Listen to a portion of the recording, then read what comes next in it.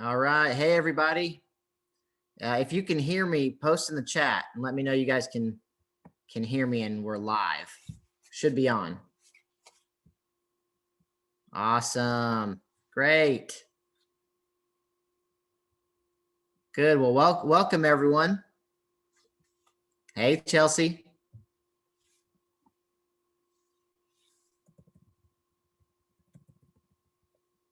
Okay. Chelsea, I can't hear you. You're muted. Sorry. Hi, press. There you go. Good. All right. I know. Oh, there's Jen. Awesome. Hey, Jen. You're muted. We can't hear you. Hi, Press. How are you, buddy? I'm great. How are you? I'm good. I saw your dad about a month ago. He was in Branson, and I got to show him a house. Oh, that's awesome.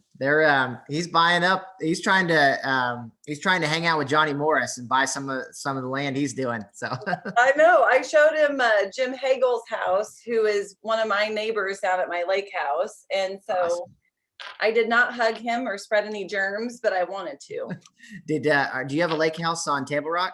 I do. I'm on Idlewild, which is basically if you go across 86 Bridge, clearly you know where that is. So you go across 86 Bridge, you take that first right and you come back around. So it's facing the bridge. It's all 3 acre tract.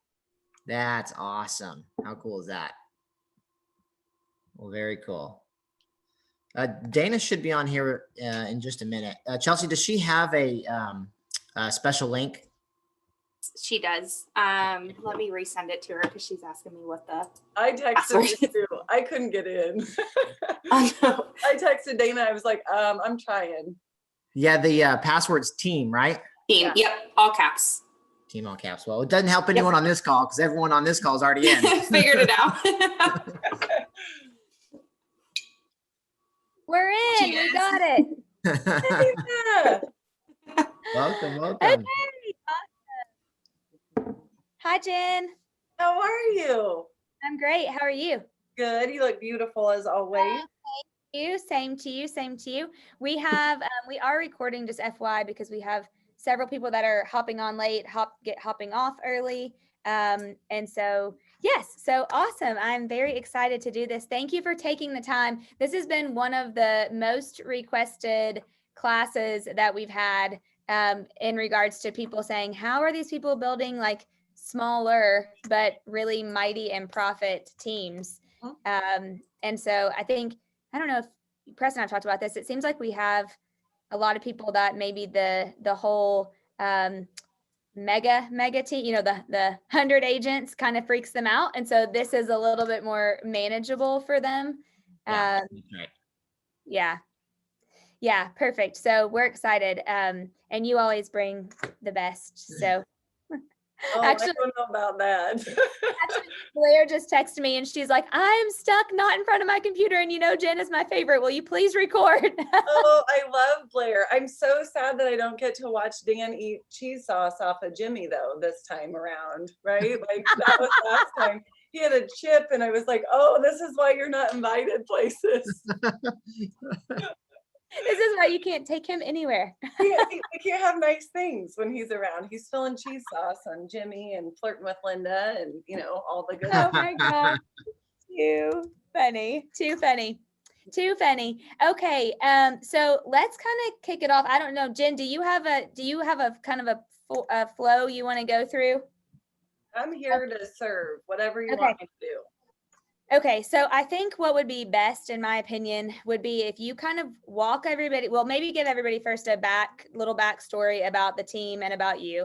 And then from there, if we can kind of go exactly through how your team is structured, who runs what, how are people paid? Basically, what people want to know is how can they blow it up with a showing assistant kind of ISA strong buyer agent model. Got it. So I'll just run through like my story, the transition into running the team, and then the specifics within the team. And then later, if somebody wanted like an org chart or something like that, I could certainly go ahead and send it. Okay, that would be awesome. Sweet. Hey, Dana, before we jump in, you might want to share, we're doing webinar style. It's a little different than what we're used to on Zoom. So you want to give them a little bit of like what to expect webinar versus normal meeting? Yes, great idea. So yes, so we won't be able to see everybody. We really wanted to just not have distractions and have Jen and then Adam kind of be the main focus. So if you have questions, please type them in the chat. I'll monitor the chat and make sure that I filled them for Jen and then for Adam. And then if you, when she finishes, if you have a question that you'd like to unmute yourself, you can just raise your hand and we'll reach out to you and we can actually bring you as a panelist and you can ask your question live. Awesome. Perfect. All right, Jen, take it away. Okay. Well, first of all, thank you for having me. So it's great. You know, I get to see a couple of you. It's great to see you, Dana, and you, Press. Thanks for having me back. I'm glad we didn't ruin it the last time when we were in person. So for those of you that don't know me, my name is Jen Davis. I am the CEO of Holt Homes Group, which is located in Springfield, Missouri. I have been on our team for 8 years. So started as our lead buyer specialist. Dan Holt is the founder of our company. And he offered me a job, well, 9 years ago, and I turned him down for about 6 months before I said yes. So when he offered me the job, it was a really kind of a very small company at that point. I think he was selling less than 100 homes per year. I came on as the lead buyer specialist. And Dan was really the first person that ever sat down with me and said, hey, a buyer agent role is not a less than role. You're going to be an empire builder within our team. So what I'd like to do is bring you on and let's build out the buy side so that it's different. It's different than anybody else has ever done it before. So the initial meeting with Dan, he actually had a business plan, and it was very much how to grow a big buy side business and how to build a team within his team. And so the interesting part on that is I had worked for another brokerage before. I was with another brokerage, my biggest year ever. I closed 16 houses and thought it was a really big deal. You know, I have young kids and, you know, trying to find the balance between working with buyers and still being at home was kind of an interesting mix. And Dan was the first one that was like, hey, I think you can figure out a way to do this so that you have the availability to work hard and also then be a great mom and be able to be at home. So his goal for me the first year was to close 50 homes. And so it would have been a jump up from 16 to 50. Unfortunately, I fell short. And the first year I closed 49 houses. So had I known the difference, then had I tracked numbers or had a coach or any of those things, I probably would have purchased a house so that when I told this story, I would have hit goal. But closed 49 and it was messy. The things that we had talked about leveraging, the things that we had talked about how to build a buy side, it didn't come into fruition. It didn't come to fruition the first year. So I think sometimes people hear this story and they think, well, how did you do that? Or it doesn't seem possible, or these types of things. It was hard. It was hard work the first year. We made a lot of mistakes. We didn't do it well, and we still did it. I think that's the difference. When people ask the difference between potentially me and a different buyer's agent is I was willing to do whatever it took to get where I wanted to go. And so when the following year was coming around and we were goal planning and we were talking, I thought, how do I do it again? Right? Used to be that my least favorite day of the year was New Year's Eve. I would think, oh, all of it restarts tomorrow, right? Can I do it again? And the conversation was had of how do we do this and how do we do it better? And so I looked at it and thought, okay, well, if I'm following the MREA model, the next step would be admin support. So the first year of 49 transactions, I really had some team support, not a lot though. I mean, the admin really worked for Dan and did his things. And so the next year we added some admin support for me, followed the MREA model. I jumped up from 49 closed transactions to 72. I got to help 72 families purchase a home. And it was better. You know, it was better and it was still hard. And so the following year we looked at it and we're like, okay, well, the next step is this thing that they're talking about leverage with lead generation. And ISAs really weren't a thing yet. That wasn't really popular. It wasn't something that everybody was doing. We didn't have a term for it. And so we brought in someone that was just going to be like a client care lead nurture type person. Hey, So, Jen, can we yeah. pause for 1 second? Okay, when you brought on that admin number one that allowed you to get to 72 units, like what specifically did that admin do for you? Okay, so if we're talking Keller Williams principles, and for those of you that are maybe not part of KW, I'll try to explain that as well. We often talk about being in your top 20% activities. The theory of the principle of greatest leverage is that 20% of our activities yields 80% of our income. And so a lot of times in KW, people will say, be in your 20%. Your 20% is your it's your strength zone. It's your moneymaker. It's your high ROI, right? It's your dollar producing activities. So what we did with the first admin that came in is she came in and took off the 80%, the non-dollar producing activities. So things as a buyer's agent that I needed to do, I needed to lead generate. I needed to have buyer consults. I needed to get buyer brokerage agreements signed. I needed to show houses. I needed to negotiate contracts, and I needed to get things to closing. The things I did not need to do. So the admin support. I didn't need to set the showings. I didn't need to map how I was going to get to, whatever houses I was showing. I didn't need to fill out the contract. I have to present the contract. I have to negotiate the contract. But our admin team was there to, kind of fill in the blanks for our contract.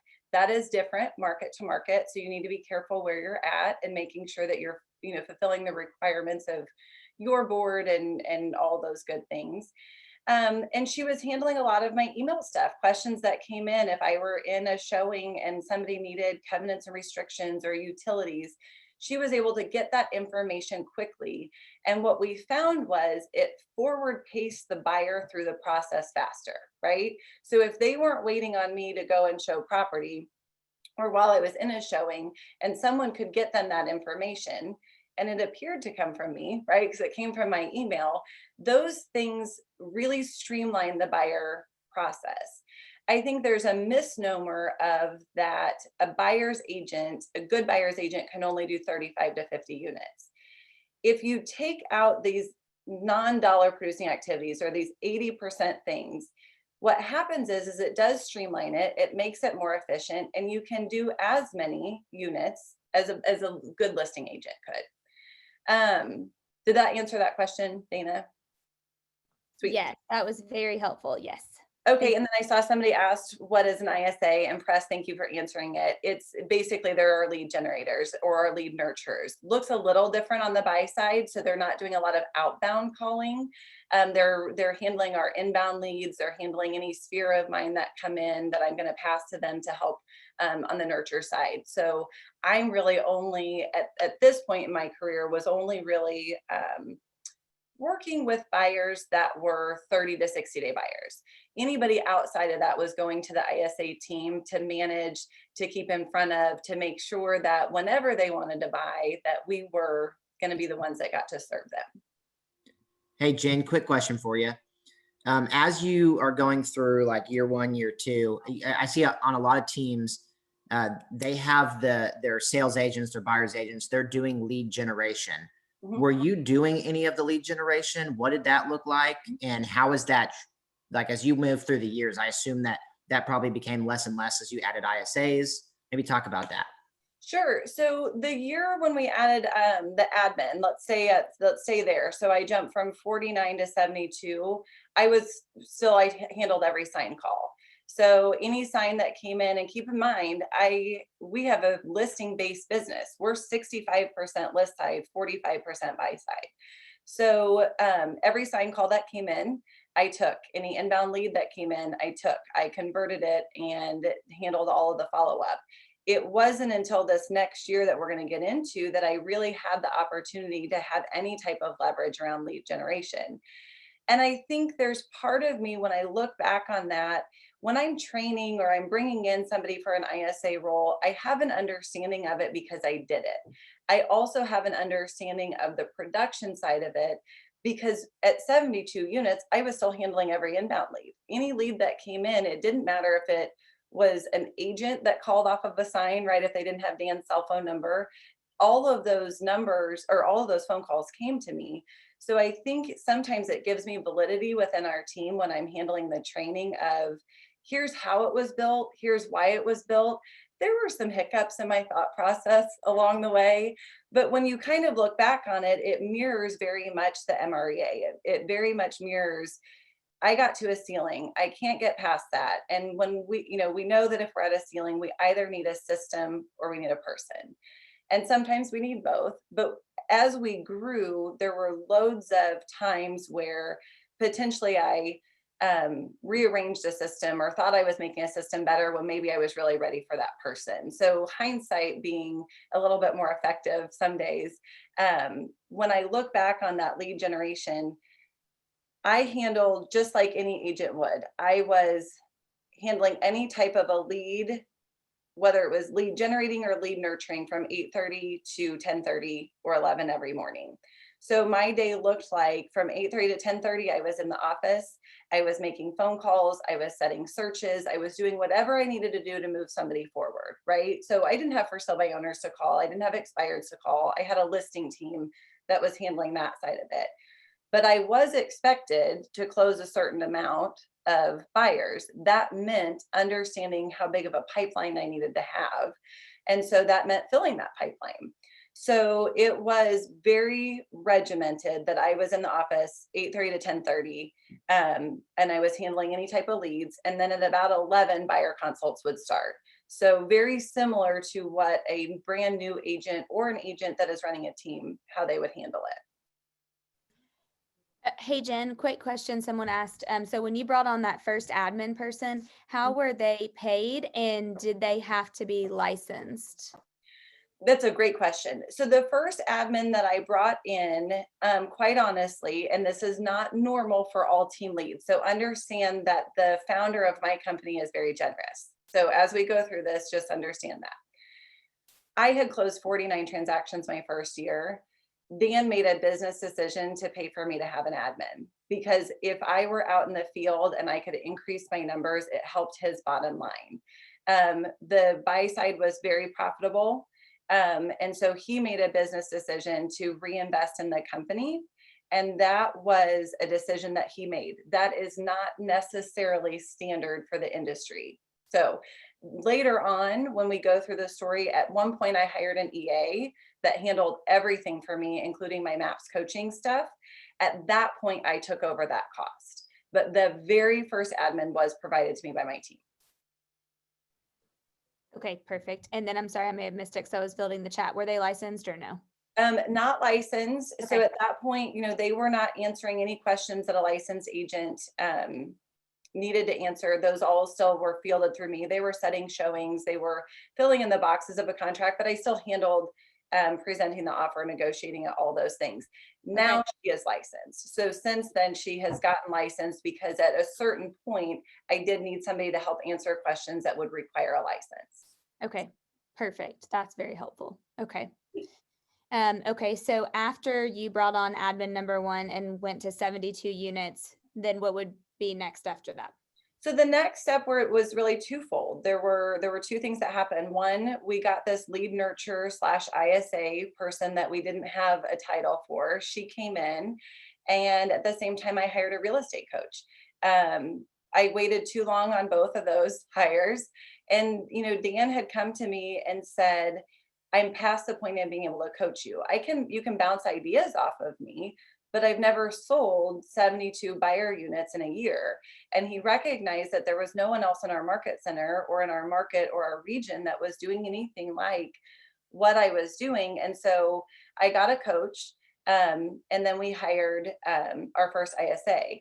So two things happened. One, I finally had some leverage on lead generation, right? So press back to your question. During this period of my life, I still had those hours of 8:30 to 10:30, but instead of fielding every call, I was focused on the buyers that could buy right now. And then our ISA at the time handled any type of nurture that needed to happen, or that needed, any calls or information or anything that they needed to get. She was able to step in and provide that leverage for me. So I still had lead generation. It just was more focused. So if we go back to that 80-20 rule, instead of me being spread thin over every person that potentially raised their hand and said, I want to transact in real estate, I actually got to work with the people that were right now, that said, I can do it right now. And I was able to move them through the process. The same time, the next piece was that coach. And I had a coach that really was able to shine a flashlight in every aspect of my business. We were able to go from, and when I talk about that, the example would be, at that point, I was showing 6 to 7 houses before somebody would write an offer. I didn't have a great buyer consult or strategy session or whatever you want to call it. It was very reactionary. I was kind of, flying by the seat of my pants. And he was able to say, wait a second, there's a better way to do it.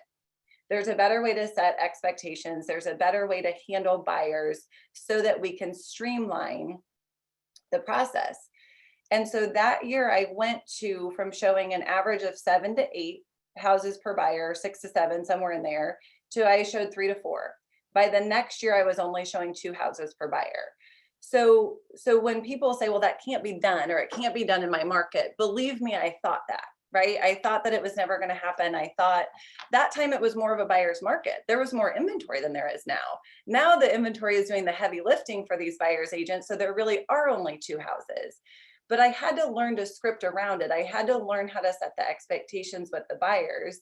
And what that allowed me to do is that year, by those 2 pieces of leverage, I closed 110 buy-side units. So when I talk unit count right now, those were no listings. I did not handle listings. It wasn't that Dan said I couldn't, I didn't have time. It made more sense for me to pass those to Dan to handle the listing side. We had a pay structure for that. So I got a bonus off of listings that I brought in. And I didn't count in my unit count. When I talk buy-side units, it's strictly buy-side units. Okay, Jen, hold on one second. This is so good. Okay, we're getting a lot of questions. Dana, before we get into questions, can we just for a second, in the chat, just see some mic drops or something? Because 110 buyers. Yeah. I mean, that's incredible. And this is part of what I love about KW. Jen, we get amazing people like you who, through coaching, through systems, through models, you find a way to do what most people think is impossible. So thank you for lifting the lid for a lot of our people, because that's just incredible. Well, I look at it and I think, I'm very fortunate to be in the position that I'm in, and I'm very grateful to be where I'm at. When Gary talks about, having a world big enough for everybody to live within. Press, clearly your parents are really good examples of that. And I love them dearly, right? I have a blessing in my life that I get to know them. And I look at them and I look at the example that they set for Dan. I'm the recipient of someone creating a world big enough for me to live within it. I never had a rainmaker or a leader that said, nope, that's enough. Or we're going to change your split, or we're going to do this, or we're going to bring in another buyer's agent, or we're going to do these things. So when Gary talks about it, you look at it and you think, I want to be that person, right? I want to be the person that pushes the envelope, that creates a world big enough for everybody. But when you look at it, I'm the recipient of someone doing that, right? So when I look at the opportunity to speak at something like this, I think, well, I'm called in my life to be a good steward of my time, of my talent, and of my treasure, right? Awesome. It's because I've been blessed by so many other people. It is KW. That's what KW provides. And it provides all of these stories of people that are doing amazing things. And every day I'm amazed by someone within Keller Williams. Every day I'm amazed by somebody and what they're doing and what they thought was possible that, I probably would have been like, I didn't see that coming, right? Yeah. Love it. Love that. That's awesome. I just wrote that down. Time, talent, treasure. I love that. Okay. So a couple of I stole that from a sermon. So to be fair, I didn't come up with that on my own. It just stuck with me and I feel it every day. I'm like, this is my responsibility. I love it. I right? try to verbalize that, but never with like a 3T structure like that. So I'm here for it. I'm using that. Okay. So so a couple of quick questions that people are saying, besides sign calls, where were all the leads coming from? Where were the leads coming from? And how many buyer leads a month were you getting to nurture that amount of leads to close 72 units? The 72 units or the 110, I guess it would probably be a similar conversation. So keep in mind, we are listing heavy. So our team is still listing based. So I get a lot of attention, which is so nice for my ego. And our listing side is amazing. So most of our leads came from signs in the ground. Keep in mind that this was 2014, 2015. There were no other ISAs in our market center. There was nobody that was converting leads on the phone like we were converting leads on the phone. So a majority of our business still today is what we call Google Voice. Those are our sign calls, right? We have a Google Voice number set up, and that's 20% of our buy side leads. Now we've got the number on every sign. It's a number on every sign, and it's on all of our internet market. It's on every marketing piece that we do. So when I say that I would get, like, you think about the number of sign calls that we get to convert that amount of business, you also think about the number of agent calls that I would get of people that were upset with Dan for not calling them back. So like there's that too, right? So we had 20% on were Google Voice. At that point, 30% were Sphere or past clients. So I had been in the business 5 years ahead of joining KW. So I had past clients. Dan, if you know him, know that he has a huge personality. He was a Springfield police officer, then he was a builder, and his dad was a pastor of one of the big non-denominational churches here in Springfield. So he had a very big footprint in our community. He was born and raised here. So there was a lot of business that just came because people liked him and wanted to do business with him. And then the past clients.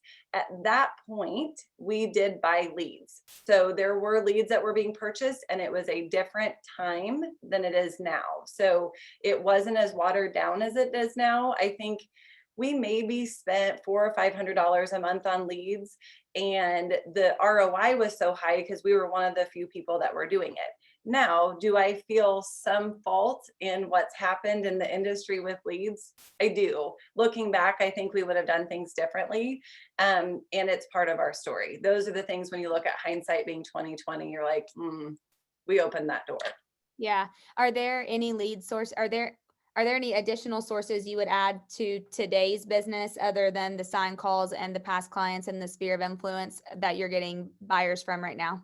Open houses, we're doing a great job with, probably more so now than before because we're intentional about it. It also is inventory is at it's so small that people are trying to go direct to a listing agent, and then they get there and our buyer's agents are there. And then the campaigns through Command. I mean, so we're buying those types of leads now. We're doing campaigns through Command. And I think last week ran one. I think we had 1,500 people that saw it. And then we had, I can't remember, 150 or 160 people that gave all of their information. It worked out to be under $1 a lead. So certainly worthwhile. Yeah.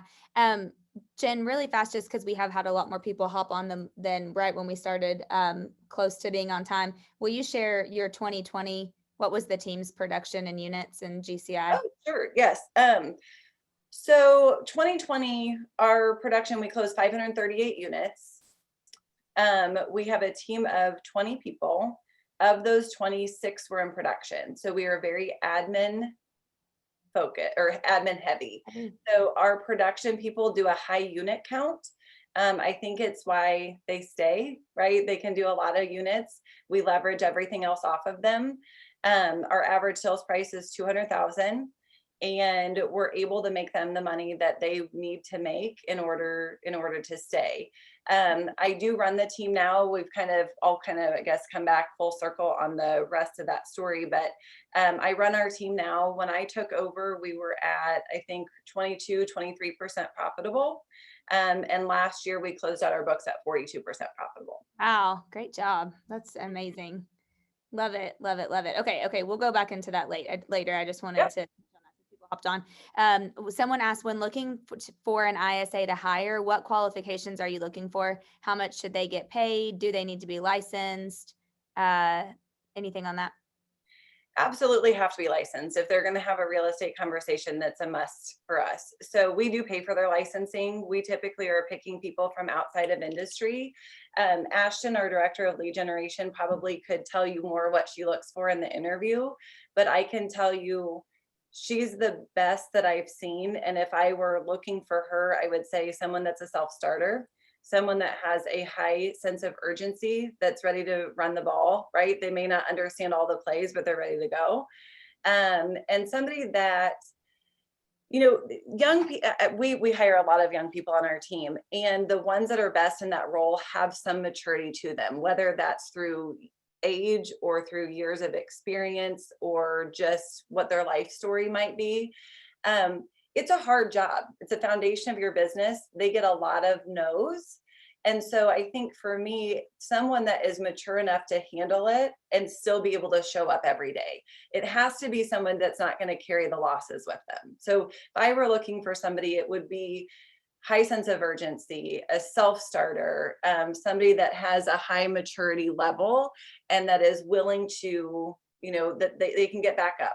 There's some history of whether that's a sports team or potentially some issue within their family as they were growing up, but something that's there that says, if something doesn't go my way, I'm still showing up really at a high level the next day. Yeah. What, do you remember where you found Ashton? She was in business to business sales. So she was in a call center. Okay, perfect. Okay. Let's see. Okay, let me just real quick. Yes, what was your call with my director of lead gen? That'd be fine. Did somebody ask that? Yeah. Yeah, can we get a Zoom, Rob? Yes. Okay. Let me go back up really fast. Would you care to share what your split was with the buyer agent in that scenario? So my split with the team was always 50-50. It never changed. So as I added leverage, showing agents and those types of things, that was adjusted out of that 50-50 split. So I see all of these teams that do these sliding scales, right? They're like, well, if you close this number of units, we'll take you up to 60%. Or if you bring in this, it's a higher percentage. That was never the case. So when I first met Dan, the conversation was, if you want to make more money, you can either sell more houses or increase your average sales price. The split never changed. So just as a perspective of that, by the time I was transitioning out of the buyer agent role, I had closed 225 buy-side units 2 or 3 years in a row.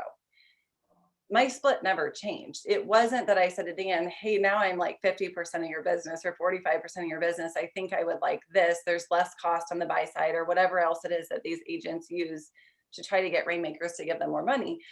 That was never the conversation. I knew if I wanted to make more money, I could either sell more houses or increase my average sales price. Those were the two options. Yeah, love that. Okay, love it.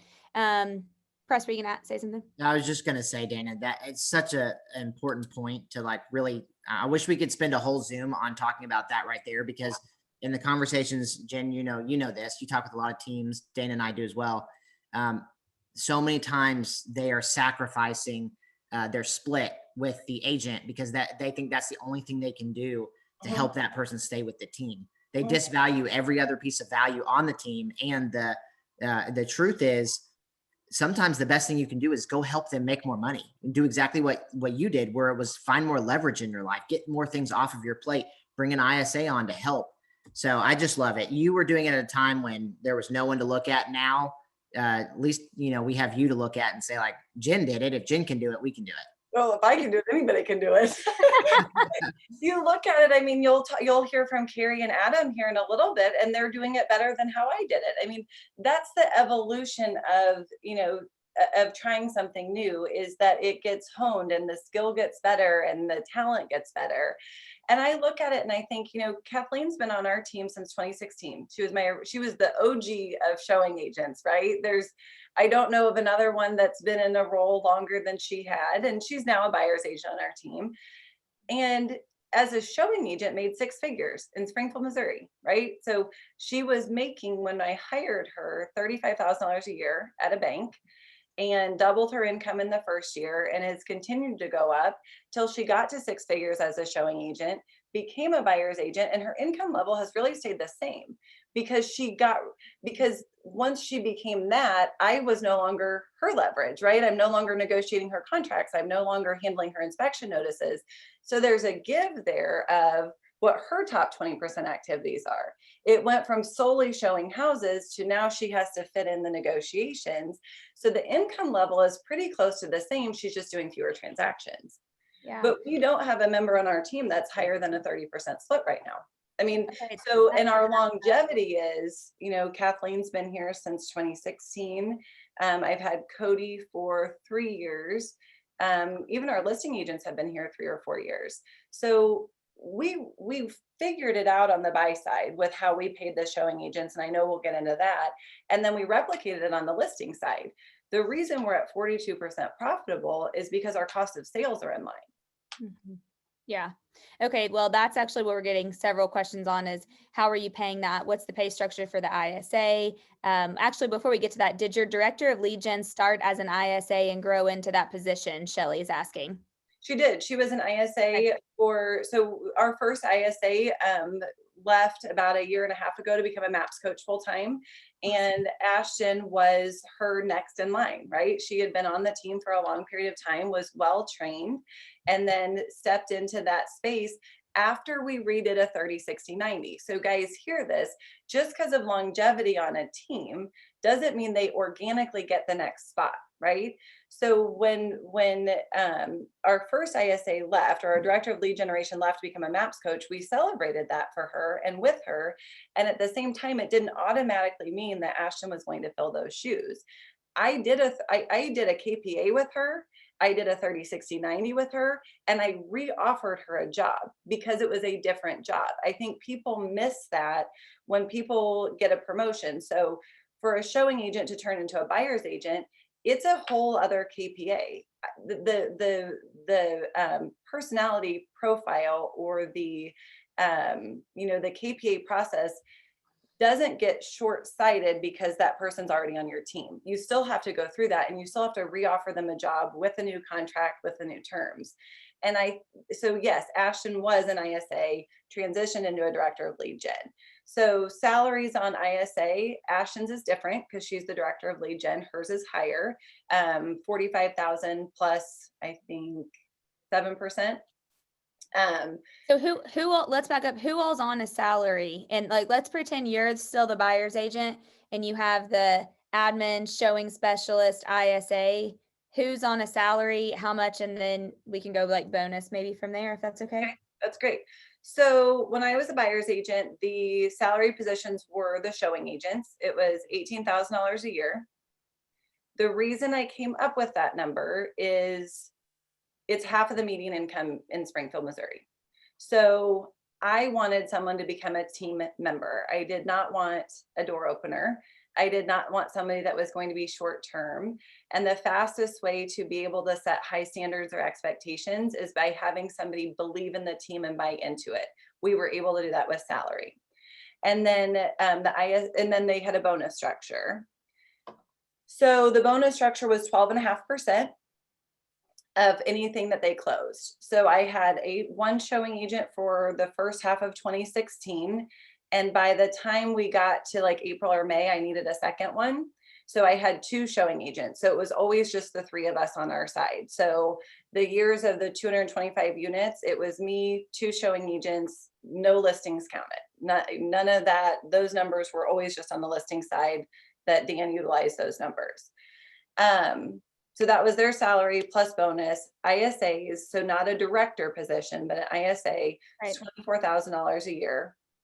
And then a 5% bonus on anything that they close. Okay. So the 12.5 and the 5 came out of your 50. The 12.5 came out of my 50. The 5 came out of Dan's. Dan paid that. So remember when I talked about him being extra generous? Yes. That was part of it. He provided the leverage so that we could go further faster. Yep. Love it. Okay. My first showing agent, he helped me with the initial split on, just to get it up and going for the first 12 months. And then I took on I had always had the full salary, but then after the first year, then he helped on the 12.5%. Oh, you paid the salary, not the team? I paid the salary for the showing agent. He paid the Oh, salary for the ISA. okay. Jen paid. Sorry, I'm writing down just as much as I know everybody else is, so I'm gonna give everybody a minute. Industry standard is around 10%. So when I'm saying 12.5% and I'm saying a salary, I did 12.5% because we have a very low average sales price and I wanted people to stay, right? Like that's what I wanted to happen. I love coaching. I don't love training day to day. Yeah. So when we had people come in, that was important to me that they make a lot of money. It was important to me for them to stay. So the $18,000 a year was like their baseline. Like, hey, I can't do much, but I could probably pay my rent, right? So then that 12.5% is a little outside of industry standard. So if I were going to give a suggestion based on market to market, it would be look at what either your median income is, or if you live in a luxury area, then look at what an entry level college graduate would make. Nationwide, it's around 40,000. Surprisingly enough, it's not that much higher than Springfield, Missouri. So if I were looking at that, potentially the base salary would be somewhere around 20,000. Right. But with the bonuses, your end goal, you want them to get to the point where they're making more than they would make in another industry. So you kind of have to take all those factors into play. This was not something I just kind of was like, hey, I'm going to see if this works. It was months of me thinking about it and thinking, okay, how do I make sure that whoever we bring in, I can have a big impact in their life and they can have a lot of financial success. Yeah, I love that. Okay. That makes a lot of sense. I'm just building the chat. I think we've got, okay. So let's see, where should we go next? So do you want to, so you hit the 225 units 3 years in a row, then now you're out, right? Of production. Yep. Yeah. You're running the team. Yeah, minus 1 month this year, where last year, right after COVID, where I had a moment of total panic of like, oh my gosh, that I'm now in charge and all of this. So there was 1 month last year where I took like 10 listings, which is really not like me.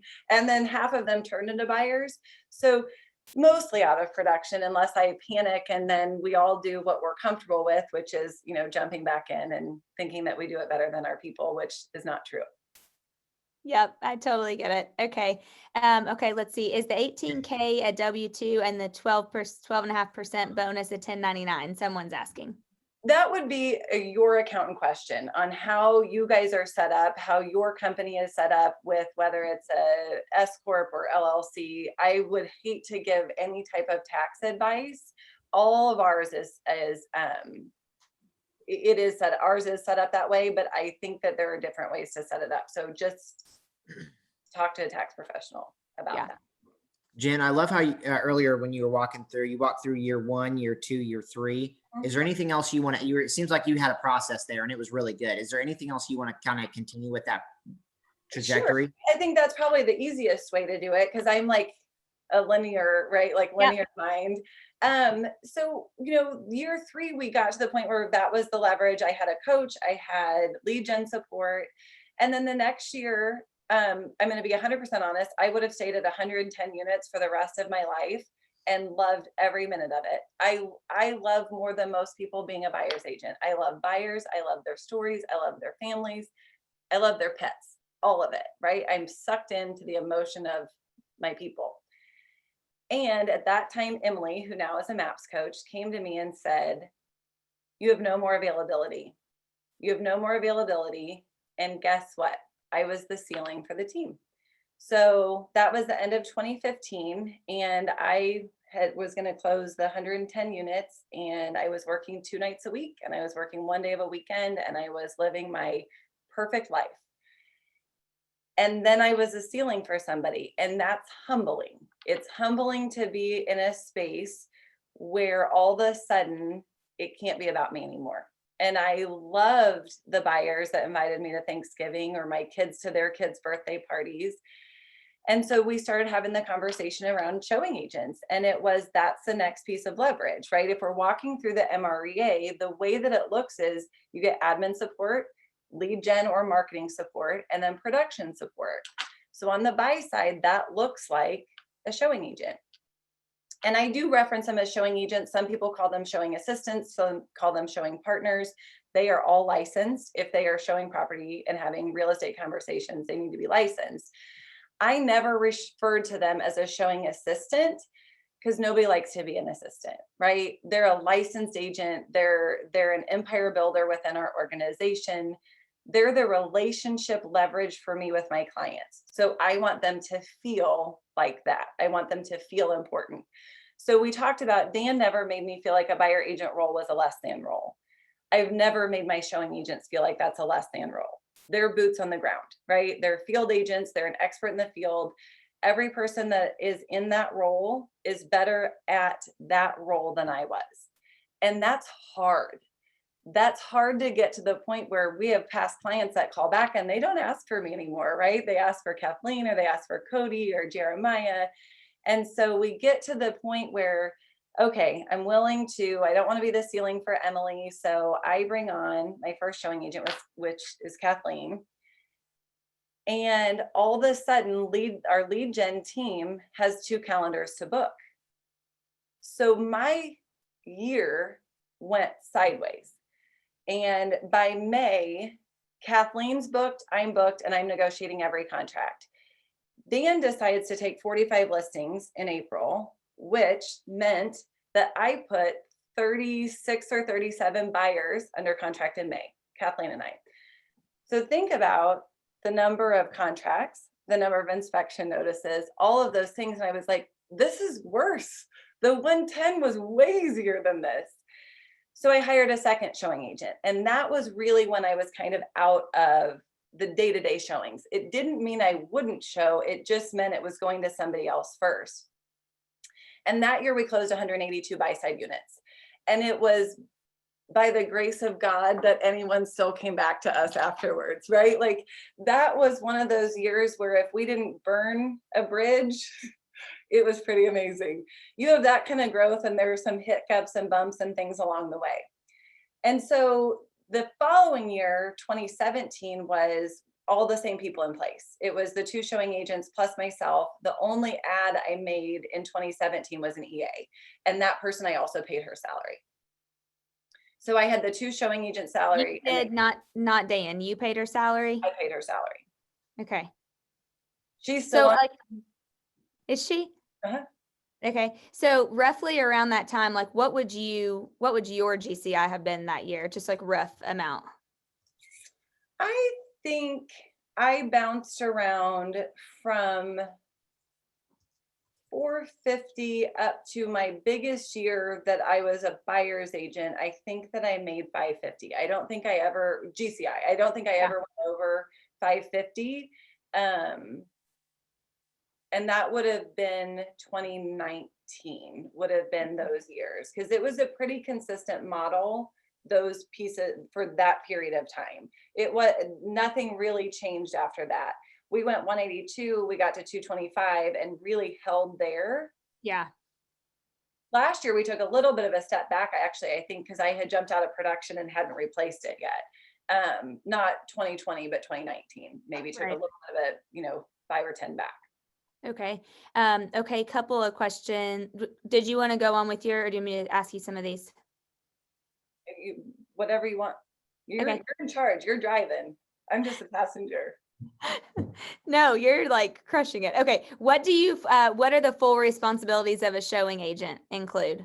What do the full responsibilities of a showing agent? So a showing agent is a lead nurturer, not a lead generator, right? I'm not paying them to generate leads. If I've earned the right to have a showing agent, I have a big enough pipeline for them to service. So they're going to nurture leads and they're going to get people to the point of writing a contract. That's their job. So their job is they're not just opening doors. It's not this Vanna White thing of like, hi, here's the kitchen or whatever else that people are saying. They're an expert in the field. They know market data to get people to the point of writing an offer. So if I'm the pipeline, they're handling the nurture, I'm doing the consult, they're handling the showings, getting people to write an offer. I step in, negotiate the offer. I step in and handle the inspection notice, and then they handle the walkthrough and the closing. Okay. So buyer's agent is still negotiating the contract and inspection. We do. I mean, we that's how we have handled it. I know that there are teams and that have had success with potentially some of the admin work helping that. The mistakes that you make looking back. There was a year in there that I attempted to do that, and the bridges I burned were not always with our clients. Some of it was with listing agents. I didn't have control over I was helping so many people. It was moving so fast that I would say something that I believed to be true about the buyer, but because maybe the showing agent had more relationship with them, I didn't have all of the pieces of information. So that was the part of, we had to slow it down a little bit. We had to slow it down to fix it, because I wanted to, specifically now in a multiple offer situation, I want a listing agent to pick me because they know I'm easy to work with. I'm not going to argue about silly things. If I say it's as is, it's as is. If I say that it's cash, it's cash. Right? All of these things. So when you look at all of the pieces that go along with it and you look back on it, yeah, I mean, there was a load of things going on. I was negotiating the contracts, but you have to have enough of being able to step back to clarify things with the showing agent and with the client to make sure that your name is the one that's on the line, that you're really, really comfortable with that buyer and what you're doing. Yeah. Okay. I actually have my own question, and there's a ton in here too. So let me go back up really quickly. Okay. So what's your biggest piece of advice for a current agent who's looking to start a system with a showing assistant or ISA without the generosity of someone like Dan contributing? So I think if I were going to start and I were a buyer's agent, number one, I would look at it like I'm a team within a team. Am I on a team that person is going to give me the autonomy to run my team within a team? As long as I'm a culture fit and as long as I am on the same track as my mega agent, right? If my rainmaker has a goal of something, I better be bought into that goal if I'm going to build out a team within a team. And then I would look at it of where are the inefficiencies in my business? What can we improve upon? What's the course correction that we can do to increase that business? So if it were me, I 100% would get admin support first. And I would be closing no less than 6 to 7 units per month on the buy side before I brought in that admin. And then I would have that admin and I'd go to 8 or 9 a month. And then I would bring in that lead generation support so that we're running a business like a business and not like a real estate agent, right? We want to be proactive, not reactive. So for me, I would look at it and think, okay, well, I'm going to follow the MREA, even if I'm a team within a team, and even if I have to pay for that leverage, right? I'm okay with that because I understand the risk of the rainmaker. I understand the risk of that team leader. I understand that it is their name on the line, that they have the cost of signs and lock boxes and, all the things that go along with it. So I would think, okay, I'm going to do admin support first, then I'm going to pay for an ISA, somebody to handle, help me with the leads. Maybe that's a combination person. So if you don't have someone or you don't have the finances to have 2 separate people, how do you combine those roles until you have enough money to separate it? And then finally adding in that showing agent. Showing agent comes last, guys. That's your dollar producing activity. That's the most amount of money that you're going to give up in a transaction is paying somebody to be that leverage piece for you. So for me, that would be my last piece because I want to make as much money as I can until I'm ready and able to bring on that showing agent. You have to have that pipeline for a showing agent to come on. I think most buyers agents are like, oh, I'm tired, right? I sold 35 houses. I am tired. And I'm going to leverage off this showing because buyers are liars and blah, blah, blah, blah, blah. No, you're just not at mastery yet. You're not at mastery yet as a buyer's agent. Buyers aren't liars. It's an agent issue of not asking enough questions. So if you want to build out the team, build it out, but make sure as you're going, you're getting to mastery as a buyer's agent, that you know what are your standards? What are your expectations? What can you get done in a month? Because once you have that pipeline and you have that business, then you've earned the right to bring on a showing agent and impact somebody else's family. Yeah, love it. Sorry, Jen. I love this topic. I teach a whole class about it and I always get fired up. Awesome. love it. We're bringing Press, that go class to we're bringing that class to the region. So send us the details on that one. Well, it's like 6 weeks. I don't know that you guys can handle me 6 weeks in a row. I'm a lot. We can. We're here for it. Okay, so we did get a question in the Q&A part, Dana. It says, what contributed to the significant increase in profit percentage in 2020? So I think when you were going through those numbers, you saw a big jump in 2020, or a decent jump. We did. So 2019, I bought into the company. So Dan had a valuation on the business. I paid in. I bought 50% of the company and took 6 months to transition into the CEO. So I think, maybe when I was there last year, I had just transitioned into the role. And it was a matter of being really intentional with where we were at. Keep in mind, we have a low cost of sale, the way that we've set this up, but it was really well defined on the buy side. It was not as well defined on the listing side, because up until that point, Dan had been the primary listing agent. So it was making sure that bringing in somebody, making sure that we could replicate the buy side on the listing side. And then it was being really intentional about where we were spending money. What was ego and what wasn't? I heard Ben Kinney say one time that you spend money for 3 reasons. One is your ego, one is the client's ego, and one is an actual expense that you should make. And so we went through line by line. Keep in mind, I didn't know how to be a CEO. I really wasn't super confident in a P&L. So I changed coaches. That my coach now is really hard on me on the P&L. Who is your coach now? Craig Zuber. Who was your coach when you were a BA? Aaron Hurd, best buyer's agent coach there is. He's fantastic. If you need a coach and you're a buyer's agent, that's who I would go after. So. There you go, Jay. There you go. Okay, sorry to interrupt. Keep going. Yep. So the difference was I went to our accountant's office every day, or every week on Wednesdays. I would show up at 9 with Dan, and Dan would sit there in exhaustion and annoyance because, he has like 12 things going on that he wants to get to. And I went line by line through every credit card receipt. I was like, I don't know what this is. What's this expense? Where does this go? And we reallocated some things, right? We were looking at what were we paying? We also, at that time, when Emily moved over to becoming a MAPS coach, she had potentially been overpaid for the role. So when we reallocated those funds, that happens sometimes, right? When you're building a business, sometimes you overpay for the role, and that's okay. Those people earned that to help you build it. And when that person leaves the role, you have the chance to kind of fix it, right? Because the hard work's already done. It's built. We just now have to tweak it or improve it. Did that answer that question? Okay. Yeah, that was great. Dana, we're getting, I think a couple people are asking some of the same questions. How do you make the client not feel bounced around between showing agent and buyer's agent? How do you handle a smooth transition and like the objections you get around passing someone from person to person? Oh, yeah, actually that was my question too, Press, because one of the things Stephanie said, I've heard it on my own team, is Stephanie said it's hard to imagine writing an offer on a home that I haven't seen. It is, until you do it, and then it's amazing. Okay, speak about all of that. So I think you have to understand our process. So when I was referencing how many houses we show, go back to that and go back to the efficiency of that. If I am working with right now buyers, so I do the consult and one of two things happens. If they're a right now buyer, they go out with a showing agent.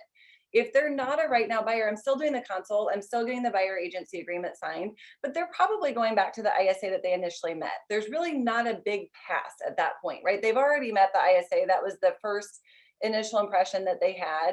And that conversation sounds very much like, hey, Dana, I'm so excited that I got to meet with you today. I can't wait to help you next fall.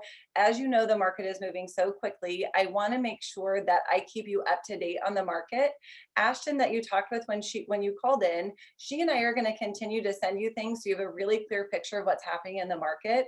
And about 60 days ahead of you making that purchase, that's when we're going to get out. That's when we're going to go start taking a look at those houses to make sure that we get you the best house at the best price. So I want you to have market knowledge over the next 6 to 8 months.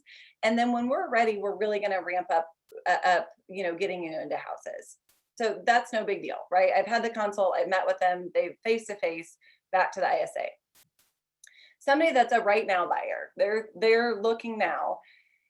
If you know your business and you know the inefficiencies. So Erin, when I was referencing my coach earlier, that had the flashlight in every aspect of my business, it was painful. It was painful to go through it, but we went through the consult, we went through the expectations, and we went from 7 to 8 showings to 2 to 3, 7 to 8 houses to 2 to 3.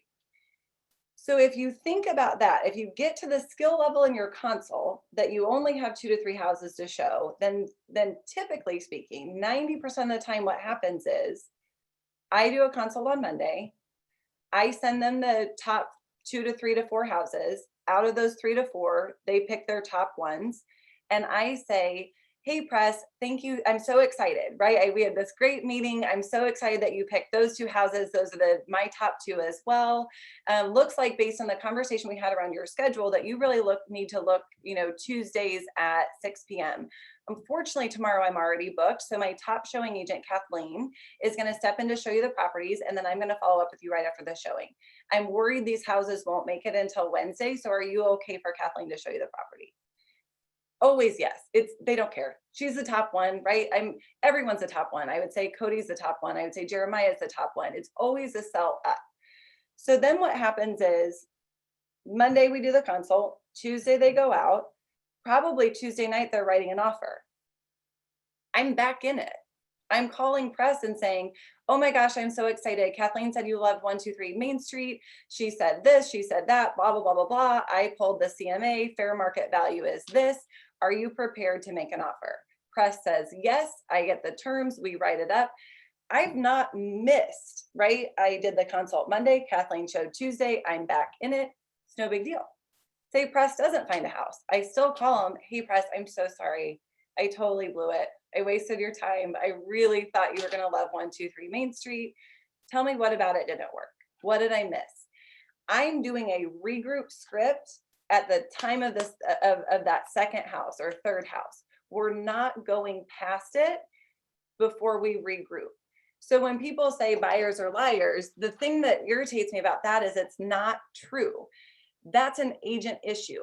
If I take press out to look at 10 houses, that's me. I've not set expectations of the market.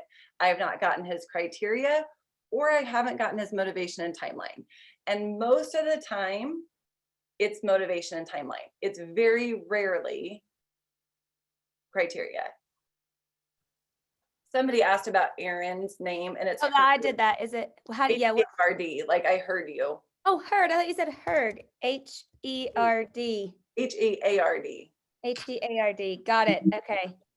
Yeah. Thank you. That was my bad. Okay, perfect. Okay. Let me see.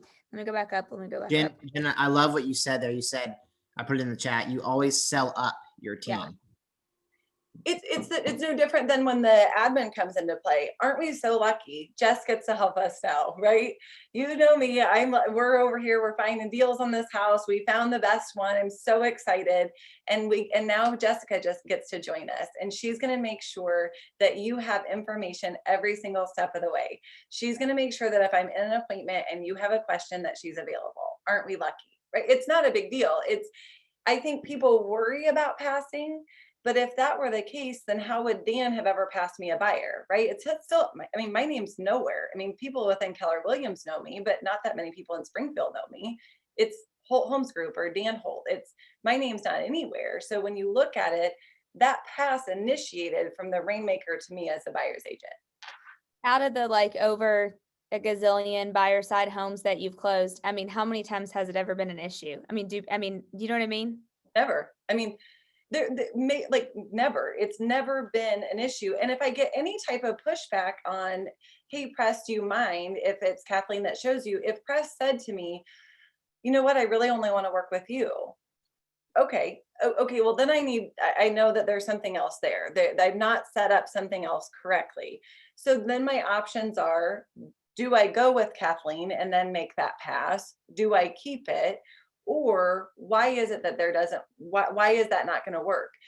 But that has happened so rarely where someone said, no, I only want to work with you. Less than 5 times since 2016. Yeah. So when you are, okay, so let's say that you're not necessarily nurturing them at this point, they're under contract. Who's doing the communication with them? Is it the admin? Is it still the ISA or the showing assist? Who's like the, maybe even just the updates, the email communication or the call communication? So we have a checklist of what's an agent conversation and then what's a TC or admin conversation, and it bounces back and forth. So those people that know me or have heard any of my classes, I'm pretty hard on standards. Like, right, our standards are high, our expectations are high. I have expectations and standards around communication. So my expectation around communication is 3 to 1 calls to text. I expect there to be 3 calls to every 1 text message. Okay. So for us, it's lined out in a checklist. So once they go under contract, I'm clearly telling them as the buyer's agent, congratulations, you're under contract. I'm so excited. Here's what to expect next, right? At the end of every conversation is here's what to expect next. And then Amanda or Jessica or whoever the TC is jumps into it at that point. And then it kind of toggles back and forth, but that's all lined out within our team. So anything around setting up a home inspection or, the closing or those types of things, that's admin work. Anything around an appraisal issue, an inspection, like an actual issue, we're not hitting closing date, that's an agent conversation. And we have it lined out that that's not only agent to our client, that's agent to agent. So if Press is the listing agent and I bring him an offer and there's a problem, I'm talking to Press. My admin is not talking to Press. There's I a love that. there. Yeah, I love that. Like, that's one of my favorite things that you've said. Because I agree with you. I think the pass off, there's a lot of fear around that, but it really never comes to reality. I think that when people feel like that, it's usually the other agent or it's when there's a problem and they're getting a communication from an admin versus the actual agent. That's right. It just is handled. It's handled differently, and it's not that our admin can't handle it, but quite frankly, they don't get paid enough. I mean, Yeah. if there's a problem with valuation or an inspection item, that is 100% my expectation that our agents will handle it, and it is handled in a phone call. It's not an email. It's not a text message. It's, hey, this is happening. And we fail on that sometimes. I mean, those things have come from us having failure and getting pushback. I mean, there have been people that are like, I can't believe you sent an email, 2 hours before closing. And I'm like, oh my gosh, I can't believe they sent an email 2 hours before closing, right? It's just a conversation. It's an opportunity for growth and improvement. Yeah, love it.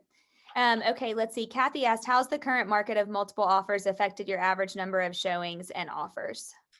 So right now in multiple offers, because we track everything, we track how many offers written to accepted, and I think we're still at like 87 or 88%. I mean, and we're no different than anybody else in the country. So I am a MAPS coach, and I coach people from California to Maryland, and Springfield, Missouri is no different in the number of multiple offers. But what we're seeing is the market is actually doing the heavy lifting on the number of showings. So if we explain the market well in the strategy session or the buyer consult, if we explain the market well, our buyers are prepared to go in with a really strong offer. So most of the time, 87, 88% of the time, we're still winning in multiple offers, but it's because our buyers are really well educated. They don't feel uncertain about what's going to happen. And what I know about buyers is the more knowledge they have, the more confidence they have, right? I also know about buyers, the more houses I show them, the less faith they have in me as a buyer's agent. So I've got to be the expert. So the market for us is really doing the heavy lifting around what's going on with these multiple offers and showings and et cetera. Okay, perfect. Lisa, okay, yes, I was going to say, Lisa asked, how do you nurture relationships with co-op agents for possible recruiting? I think she means like being able to build your downline. It's interesting. This is something that I struggle with a little bit, and clearly I see, Press's mom, Linda's got a class coming up on just this topic, fortunately for all of us. It's telling our story, right? I think what it is I typically try to always do the right thing. I mean, well, I don't always try. I always do the right thing. And sometimes it's really painful. But what happens is that if there's a new agent and they're at another brokerage and they're asking me questions and I'm not frustrated with them and my admin's not frustrated with them and I'm not rude to them, they see something different in me, right? They see something different in our story or what's going on, especially agents that are either new and are having a hard time entering this multiple offer situation. If I'm willing to answer some additional questions, they want to then know more. It's an easy opening to have the conversation about KW. The other side of that is, though, I did for 5 years only sell 16 houses a year. The people that were at that brokerage have questions around, well, what changed? I think initially right off the bat, they potentially thought that it was Dan or just that I got lucky on the team that I was on. But those questions come around. And I think it's being willing to slow down and being open to, here's what's different. Here's what's different about our company. Here's what's different about our culture. I'm willing to help get you where you need to go. Yeah, Jen, said simply, you care enough to not just think the other agent's an idiot, doesn't know what they're doing. Why are they right? It's so easy to judge the other person on the other side of the transaction sometimes. What it sounds like is you just care about people and you care about them, their story, meeting them where they're at. And it's simple. You ask them questions about them and how they're doing and, how can you help them and things like that. It's not complicated, right? None of it's complicated. It's just being a good human, right? I mean, it is just, and I wear my heart on my sleeve. I mean, Adam and Carrie know me very well, right? They're in our market center. So when they come on, Adam came down to tell me something a couple of weeks ago about a deal we have under contract, and I cried. I'd not met his person and I cried. It is one of those things, though, that there were years in there. And so I don't want everyone to think, oh gosh, she's like, never has a bad day or never yells at anyone. That's not true. I'm human and I have bad days. But there was a period of time in there that we were moving so fast that somehow some of those things got skewed. Like some of the core things of when you're chasing a goal or you're chasing certain things, you're so adamant on getting there that some of those basic human tendencies kind of go away. And so there were periods of time in there where I was not the person that was generous with my time and talent and treasure, right? And so when I look at it now, I'm like, I've seen what I've been like when I've not been that person, and I don't like that person. And so if this is what it takes and it opens the door for somebody to come to KW, great. If they don't come to KW, maybe I've just been a bright spot in their day, and maybe it helps them make something else easier later on down the road. Yeah, love that. Yeah, I love that too. Okay, let's see. So we are going to move to Adam in just a few moments. So if you have a last question for Jen, please type it in the chat. So Rob said, do showing agents also do business of their own outside the team? Good question. Nothing outside the team. If they're on our team, they're a team member. So there is a bonus for their sphere. So just like if Dana sent a buyer here to me, I would pay Dana a referral, typically is 25%. That's what we would do for our team member. So it's pretty specific around what's considered sphere for our team, but they wouldn't do anything outside of our team. They wouldn't do any transactions on their own. Got it. Okay, perfect. Yes. Okay. Thank you, Press, for typing that in there. Lisa said, what's the difference in your consultation that got you to showing around 2 houses instead of the previous, I think it was 7 to 8? Mm-hmm. It's setting expectations, right? It's having the time to do a really thorough consult. What's important, like when you're going through the criteria, it's what's important about that. What's important about the bedrooms, bathrooms, school district, whatever that might be, but really spending the majority of your time on motivation and timeline. It's when are they ready to buy? Why are they buying? What does it do for their family? What does it do for them personally? And then setting the expectations very clearly and saying, you know what, Dana, I'm so excited that we met today. I just kind of want to prep you for what's going on in the market. The market is moving so fast that most of the time we're having to make pretty fast decisions. And I don't want you to feel any pressure by that. I just want you to know what you're walking into. And so most of the time, what I found is that our buyers pick something in the first 2 to 3 homes that they take a look at. And occasionally it may go over that. And if it goes over that, that's fine. But I just want you to be prepared that this is why we have all of the things in line. We have your pre-approval in line. We have the expectation of what your closing costs are going to be. We know all of this information so that we can take the emotion out of it during an emotional time. So when you get ready, Dana, when you find that house and you're ready to go and you can picture having Christmas in this house, the last thing we need to do is have any additional emotion enter into the picture. So we're going to be really, really prepared walking into it. I also don't want you to think, oh gosh, I've only seen 2 houses. I'd like to see 3 or 4 more. By the time we see 3 or 4 more, your dream house is no longer there. And if it's no longer there, it's going to be really hard for me to recreate. And you're going to be disappointed in me. And you're going to be disappointed that I didn't explain this well. And I never, never, never want you to settle for a second choice house. So I just need to be prepared going in. Perfectly acceptable for us to find a house in the first 2 to 3 houses. So we're spending a lot of time in the consult. And then we're also saying, it's okay to buy one in the first 2 to 3, right? We're setting the expectation that most people do, so that way they're not like, oh, but my mom said I needed to look at 10 or whatever it is. Which is always what happens, by the way. It's always the mom. Yeah, always the parents or the grandparents. My poor kids, when they go to buy a house, I'll be like, nope, just buy the first one. Yeah. Hey, Jen, I 2 questions for you. Number 1, can you talk a little bit about finding talent? I think the easiest thing on that is the reality is none of us spend enough time looking. I think that's the first and easiest answer, but I'd love to hear your thoughts on where you're finding your best people, where are you looking, what's your process? And then second would be maybe walk us through if you were hiring on one ISA onto your team. Let's say you had a team and it's just your first ISA. What's a perfect day look like for an ISA? Like, what are they doing all day? Walk us through who they're calling, inbound, outbound, things like that. Yeah. So, looking for talent. I think you asked me the question earlier about my lead generation time. I still lead generate, except for Mondays and Wednesdays, which are my one-on-one coaching days. I still lead generate Tuesday, Thursday, Friday from 8:30 to 10:30. Mine is for talent though. So I call our past clients and I ask who they know that they think would be a good fit for our team. That's all I do. That's my only lead generation. And oddly enough, we get a fair amount of business from it, right? I mean, because I'm asking an easier question of them than who do you know that might want to buy, sell, or invest in real estate. So that's our primary source, is our sphere. I'm calling mine, I'm calling Dan's.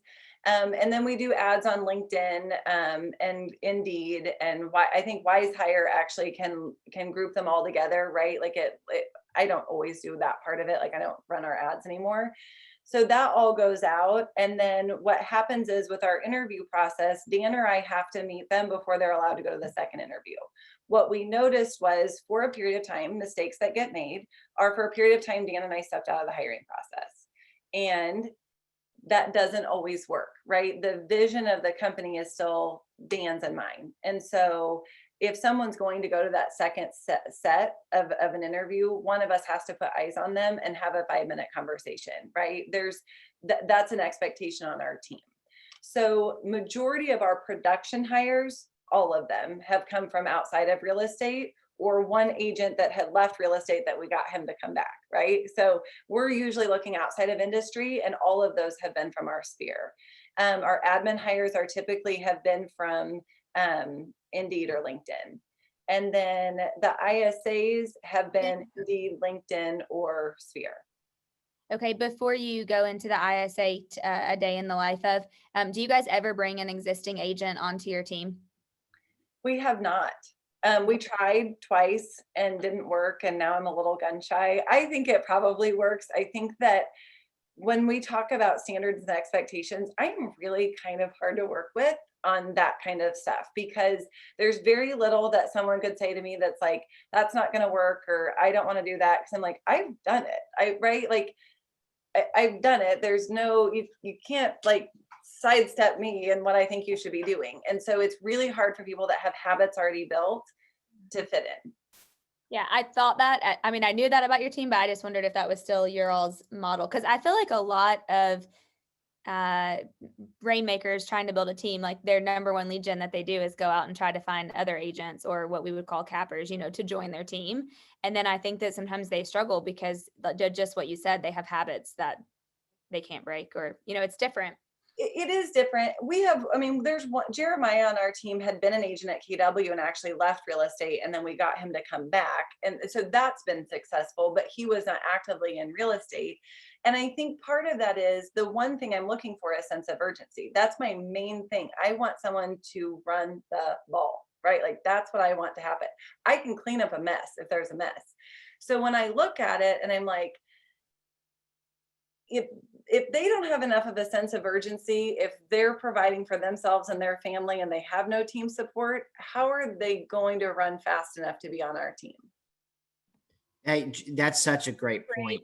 And so good. How can you give us like a real world example? Maybe one of the people you've hired, and I'm sure it shows up in life story, right? When you're going through the career visioning process, so somewhere in there, you're hearing this person has sense of urgency. Like, can you give us an example of what that's looked like? How you've what are the clues that have said this person has that? The easiest example, honestly, is probably Cody. So Cody, I had gone, our market center a couple of years ago asked me to participate in a top 20% mastermind. And it was at a place where, you can have adult beverages. And so I show up and I'm supposed to present for like 30 to 45 minutes. And it's a top 20% mastermind. Cody, who I've never seen before, is in there. I'm like, hey, bud, what you doing? Like, what's going on, right? He was like, I know that the other part of this happy hour isn't for another hour, but could I just listen? Could I just listen to what this is? He was like, I just want to hear something that's not watered down. And I was like, okay, I don't make the rules, right? Dan's the OP, but he's not there. And none of the investors are there. I'm like, whatever. They let me be in charge of it. Anybody can come in. Totally fine.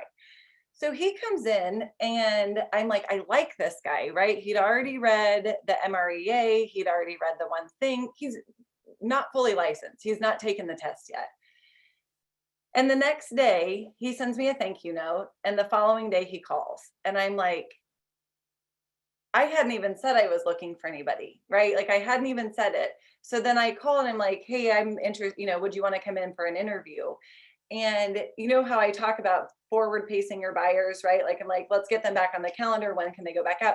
He was forward pacing me. Like it was moving so fast, I was uncomfortable. And I was like, right. But he was like at the end of the first interview, he's like, okay, well, what can I expect next? And I'm like, that is my line. That is what I'm supposed to say. But it was funny because it was the push of it not being like used car salesman-y, but very much like, this guy's hungry.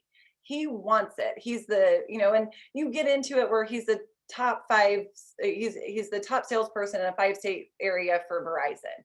Well, that's a pretty key indicator. If he's going to try that hard to sell cell phones, he's going to try that hard to sell houses.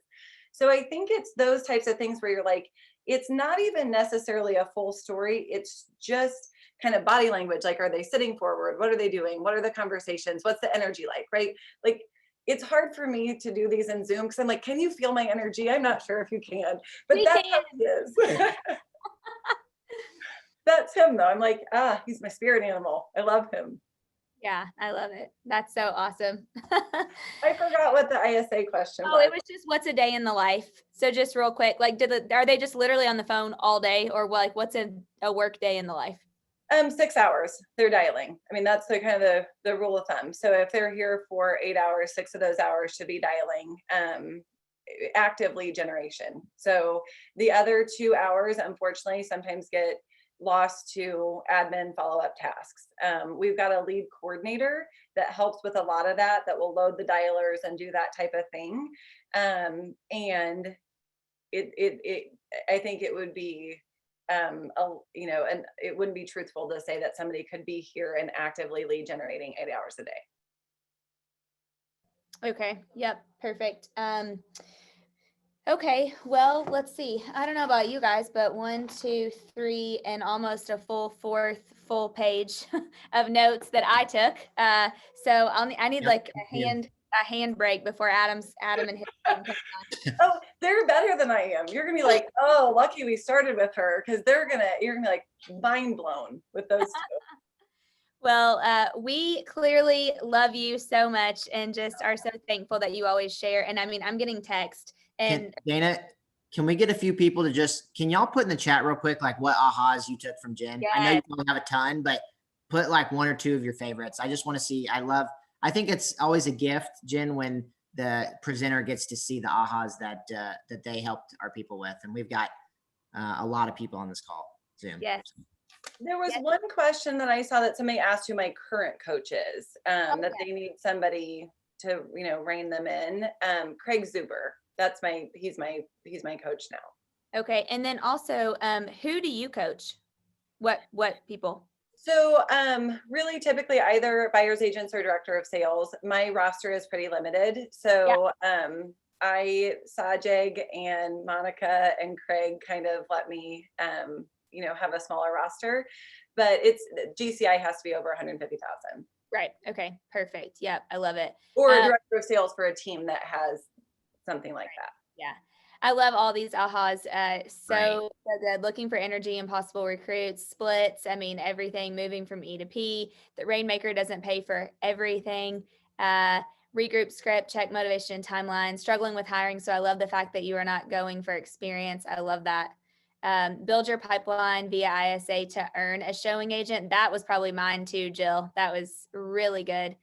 In addition to the incredible knowledge you shared, I very much appreciate your genuine approach. Yes, I 100% agree. It's the Hotness Express up here. That's what it is. Buyer agent pays for their admin salary. Have a small team and considering an ISA, I've hit a ceiling. It all was an aha for me. Yep. Eric said talent that forward paces. Valuable nugget. Yes. Doing the right thing, no matter how painful. Yeah. Love. I mean, there's so many. Yes. Love it. Awesome. Forward pacing. Yeah. Multiple people have said that. Jen, thank you. We appreciate you big time. We very much appreciate you. All right, so Press, you owe Jimmy and Linda a hug because I didn't get to give Jimmy one because of COVID when I saw him. So, You give got it. After this, I'll go downstairs and give him one. Yeah. I apologize for Dan and the cheese sauce again. That was a Well, bad and deal. you need to give Dan a hug from us. We miss Dan too. I hope he doesn't feel neglected that we always kind of go for you. He feels very loved. No, I don't know. He's in the middle of a lot of big opportunities right now. He's great. He's I think on his own Zoom call with his little halo light and all the things. So Love it. I can only imagine. So we appreciate you guys so much. Thank you. Have a great rest of your week. All right, you too. Bye-bye. Good man. Thank you. Okay, guys, we are going to pull on Adam and his team. And so I cannot wait. Adam, are you? Oh, yep, there he is. Awesome. Hey, Adam, welcome. Uh-oh, you're muted.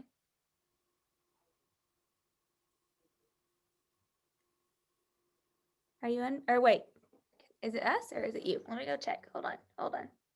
It's me. There we go. There you go. Thank you so much for being Sorry on. about that. No problem. Thanks for being on. We've been looking so forward to this. So I appreciate you so much. And I have a favor next time. I would like to go before Jen.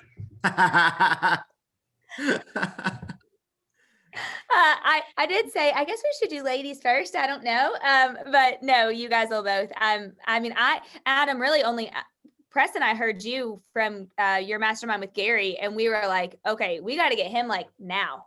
Look, when can we hear from you in our region? So we appreciate you being on, and I know that you have Carrie and Claire. So would love if you would maybe start with introducing them. Tell us a little bit about your team, last year production, how long you've been in the business, just all the things, and then we can get rolling. Absolutely. I got my license in 2003.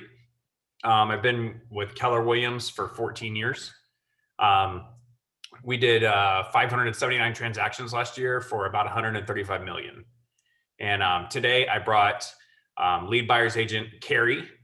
She's running the showing assistant model, very similar to what Jen's doing. And I brought our lead ISA Claire, and she's running a team of 5 ISAs.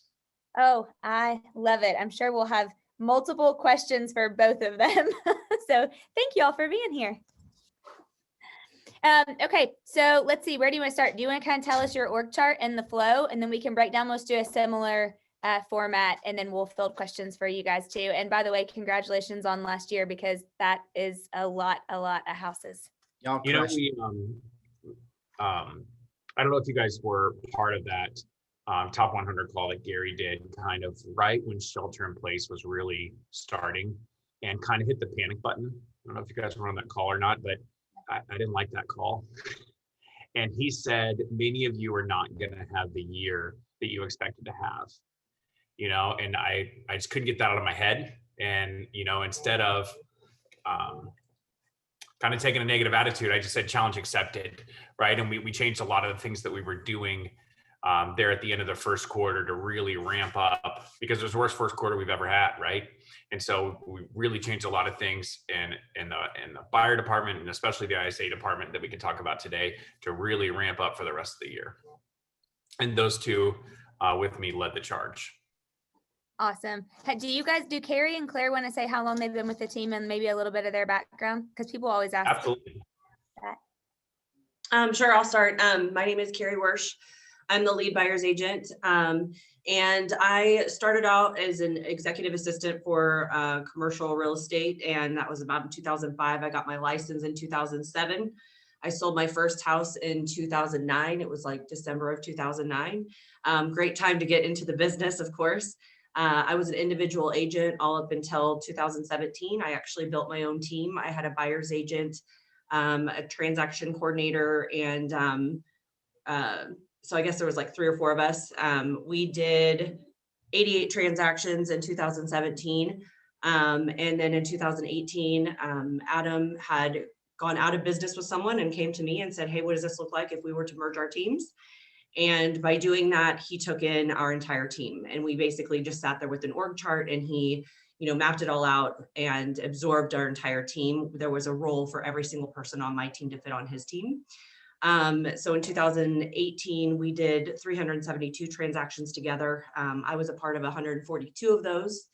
In 2019, our team did 427, and I did 204 of those. And then last year, you know, just here, not expansion, I was a part of 223 of those transactions. So I have, last year I had 2 showing partners and a listing agent, that just because I had built a business, you know, prior to us doing our merger.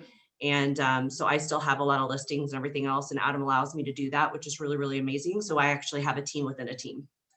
Okay, so you guys are like, this is going to be amazing, because so many agents always ask, like, what does it look like to merge 2 together? Press, I feel like we get that all the time. Yep. And there's not in my opinion, there's not, or that I know of, there's not a lot of people that have successfully done that, really. So that's amazing. Dana, and I think about what Dan Sullivan says is, you know, the people who are going to take advantage of serious opportunity in the future are those who find ways not to compete, but to collaborate. And you guys were really smart, and you thought, you know, we can compete and go so far, or we can get together and go farther. Yeah, That's exactly right. Carrie's trajectory was going to take her to amazing places. We were just able to do it together faster. Yeah. So a couple things, because I just want to clarify, in case I missed anything. So the 372 units, so you guys merged together in 2017? We merged in, yeah, it was 2018. Like it was June 1st of 2018. Okay, got it. So it was 18, 19, and then 2020 numbers. Okay, so then last year, Carrie, you said of the 579 units, you did 223 with 2 showing agents, and then was it 1 admin, 1 ISA, or I missed that part? So I have my own transaction coordinator. So the buy side has a transaction coordinator and the list side has a transaction coordinator. Okay. And so for last year, yes, it was 2 showing partners, and then I have my own listing agent. Okay, and then 1 listing agent. Okay, perfect. And then any ISAs helping you? I'll let Claire jump in on all that, because she runs a team within a team as well. Okay, I'm loving this team within team thing. So then, Adam, what did you do pre-Carrie? What did your team look like? So pre-Carrie, I had an operations manager. a transaction coordinator, a buyer's agent, and a showing agent. Okay, perfect. Okay. And so we had rolled out the showing agent model about a year after Jen did, because we saw the success that Jen was having and how you could think a little bit differently about leveraging the buy side. And so we were able to jump on that really quick. I mean, she was definitely the early adopter and kind of blazed a trail for us. But again, sharing an office with her, seeing it happen, you know, right in our own backyard, that this is really doable, we were able to figure it out pretty quickly after her. And so at the beginning of 2018, the buyer's agent that I had had for 6 years decided she wanted to go build her own team.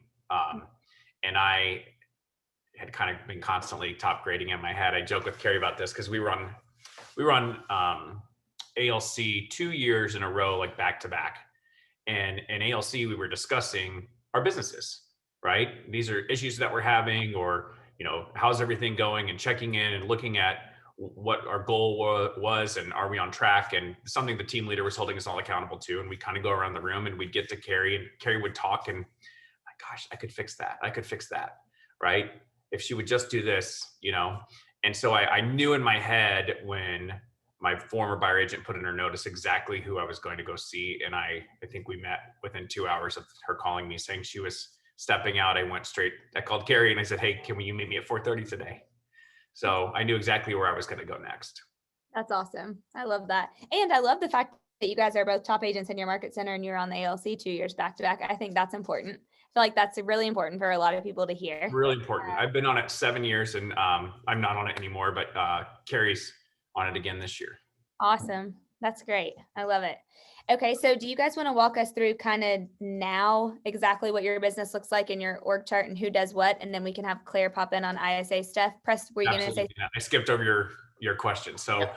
right now we have an operations director and myself, and then we have 2 listing agents, a lead buyer's agent with 2 showing assistants, and then Claire leading the ISA team. And then do you want me to go over admin staff individually? I think if you would, that would be great. But let's back up. Are you in production or out of production? I'm in production. Okay. And are you just doing listings? I'm just doing listings and mostly past client sphere deals, you know, developer, stuff like that.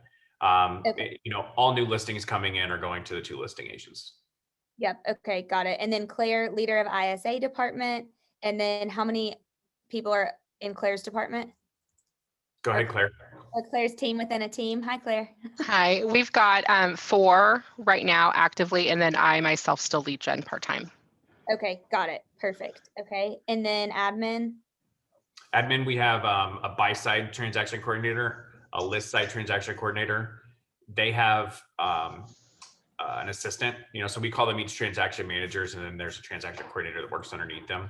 She also handles our Joplin location, which is about an hour and 20 minutes west of us. And so she does all the contract to close for them. Then we have a full-time marketing director. Just, I think I would challenge some teams to think outside the box about having a full-time marketing director, because it's been really. I want to ask you about that because I remember you talking about that with Gary, and that was one of the big questions I had. Absolutely. And then on the list side, we have a listing manager and a listing coordinator.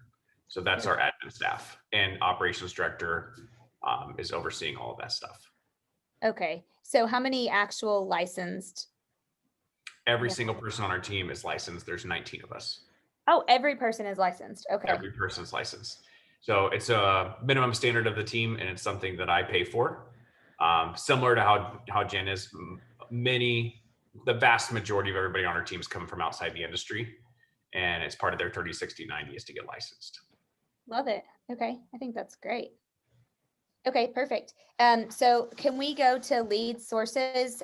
Just because we always had a lot of questions about that. What are your all's main lead sources right now, and how do they come in, and who handles all of them? Absolutely. Claire, take it away. Yes. So our top lead sources are Sphere and past client referrals. Those are number 1. When you get outside of that, it's pretty even. We do a little bit of Google, like pay-per-click type ad to our forced registration site. We have a little bit of Zillow sprinkled in there, and just other small sources that make up, 100 or 150 transactions. Primarily, everybody's coming from past clients at Sphere. Yeah, it's the biggest portion. Okay, so could we maybe go deeper in that for a minute? How are you guys touching them, and how many times, and what are your best ways? Also, Claire, I want to hear your background and where you came from and what you did before this. I think that's also good to know. Sure. So I started in the team almost 4 years ago. I think it's 4 years in March. I was the first ISA. Adam sold my house. What was it, back in like 2008 or something like that? So a while, and he didn't sell my house. He helped me buy my first house. Yeah. So I followed him on Facebook because of that, and I had kind of hit a ceiling at my previous job. I had been at a software company for 11 years prior to that. And my whole, my boss was remote. All of my clients were remote. So I can't say I had any specific sales experience, but I had a history for creating relationships remotely. Like I never saw, and that was before Zoom was very popular. So everything was over the phone. And so I was really comfortable calling people and creating relationships without face-to-face contact. So I joined in 17. I did 63 units my first year. I guess it was like the first 9 months as an ISA. I had 140 in 18. As an ISA team, we had 235 in 19, and the ISAs were part of 356 of the transactions last year. Okay, repeat those numbers one more time. Yeah. Okay. That's what Just trying to get them all down. They were really good. That's okay. That's okay. 17 was 63. That was just myself. That was 9 months. You said your first 9 months. Yep. That's closed in the first 9 months. Wow, that's great. Okay. In 18, it was 140, and about 20 of those were from an ISA I brought on. 19 was 235, and I would have had a couple other new hires included in that. And then last year, 2020, was 356 were from the ISA team. Wow. So when you say from the ISA team, what does that mean? Yeah, so we handle all inbound calls. So if they call in on a sign, if they email Adam or Carrie directly, most of that gets thrown to us. We do all of the past client nurturing. So that comes through us, and really anything that involves a name and a phone number is going to come through us first, and we're going to sort it out, figure out what they need next, and we're going to make sure they get that help as quickly as possible. So this might be a dumb question, but of the 579 last year, the 356 that came from the ISA, if they didn't come from you, where would they come from? Mm-hmm. They would have been an agent Sphere directly. So the agent can choose to set the appointment for their Sphere, or they can let the ISAs manage that. It would also be builders. There are some things that still come through Adam or Carrie. That's just, it's a relationship they already have established, and they just handle the transaction themselves. But any new business, any new lead or a referral from an existing lead source is going to come through the ISA team. Okay. Shelly had a question, Claire, and she said, how does the ISA know or decide which agent gets the lead? Is it round robin, or how does that work? Yeah, we do round robin it. Every ISA keeps their own count of their round robin. And we, for our listing agents right now, it's 50-50. So for every 2 that come in, they each get 1. Carrie and her team, they have a weighted structure. Carrie has showing partners that help her out. So she's getting more of the leads that come in than her buyer's agent. Okay. Let's see, I want to go 2 different ways. I kind of want to go, how are you touching? Can we do that first? And then we can go to pay. Is that okay with you guys? Mm-hmm. Yeah. Okay. So let's go like past clients, Sphere, not people who call in. I assume you guys have a Google number as well. Is there one number for there's one number for everything? Okay. Yep. Okay. So like past clients, Sphere, anybody in your database like that, how are you touching them in the ISA department? So they're on a quarterly call. So we're going to call or text, leave a voicemail. We're going to do something that whatever avenue we've seen in the past is most likely to catch their attention. Just let them know we're thinking about them. We do 2 client events every year. or we have the last couple years since we've been more intentional about engaging with our past clients. So 2 of those calls are typically talking about the event we have coming up.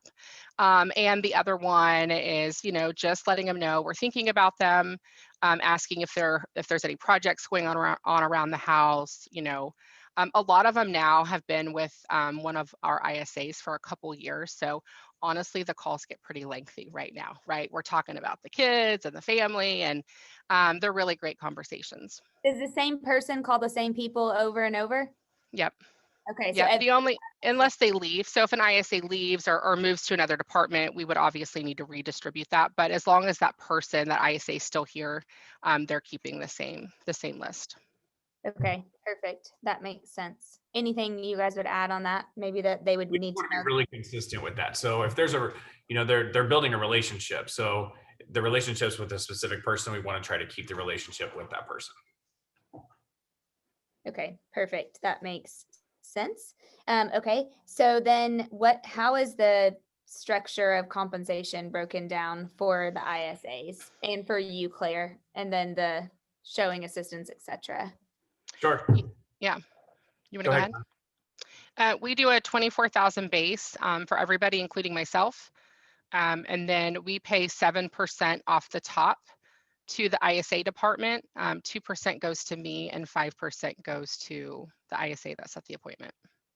Off of the commission when it's closed? Yep. Okay, so 5 to ISA, 2 to Claire. Okay. Perfect. So let's see, question. How does the ISA notice? Oh no, I'm sorry to that. How do you handle incoming Zillow calls? So we have them routed to that Google line you had mentioned. We actually use it through a company called Ring Central, and it lets me set up a call queue. So it rings 5 people, and whoever's on call that day is going to grab it. Okay, perfect. Let's see. And then ISA pay is commission only or salary plus commission. It was every ISA has the 24,000 base, including you, and then the commission on top of that, right? Yep. That's correct. Okay, perfect. And then when you say 7% off the top, that means off the GCI? Before any of the splits are made. Yeah. So on the green sheet, if you know, you can picture the green sheet, right? They're taking 7% at the top as the cost of sale right at the beginning, and then all the splits are coming in after that. Yep. Okay, perfect. Got it. Okay, so so then what about the buyer's agent and then the showing assistants? And then also I would love to know about the listing side too, Adam, your listing Yep. agent. I'll jump right to that, and then I'll let them to take the specific questions about their departments. But on the list side, we're on a 75-25 split. So it's 75 to the team and 25 to the listing agent. And there's no salary there. And no salary for listing agents, and team pays all admin. That's correct. Okay. All right, so Adam, I'm going to address the elephant in the room. Everyone's thinking, how in the world are you doing a 75-25% split? We talk about the thought process behind that, how you communicate that, how do you sell that? So I think as a real estate community, right, we get really caught up on splits press. And I have found when you're bringing people from the outside of the industry, they don't care about any of that. You know, both of my listing agents came from outside of real estate. One came from a background in sales, and another one came from a school, right? So neither of them had any thoughts about what real estate splits look like, but they both had income goals. And so we sat them down, talked about the income goal, and then just broke it down backwards and said, okay, if you can get to that goal, here's what you would have to do. And are we a fit for each other, right? And absolutely, it just works that way. It never, ever has it become an issue of, hey, I'm not getting enough. Well, let's go to another listing appointment, right? Let's work on your conversion rate, right? So you can get more deals done. It's not a conversation about their split ever. And what about if they generate years. same thing? I'm sorry, go ahead, Adam. Go ahead.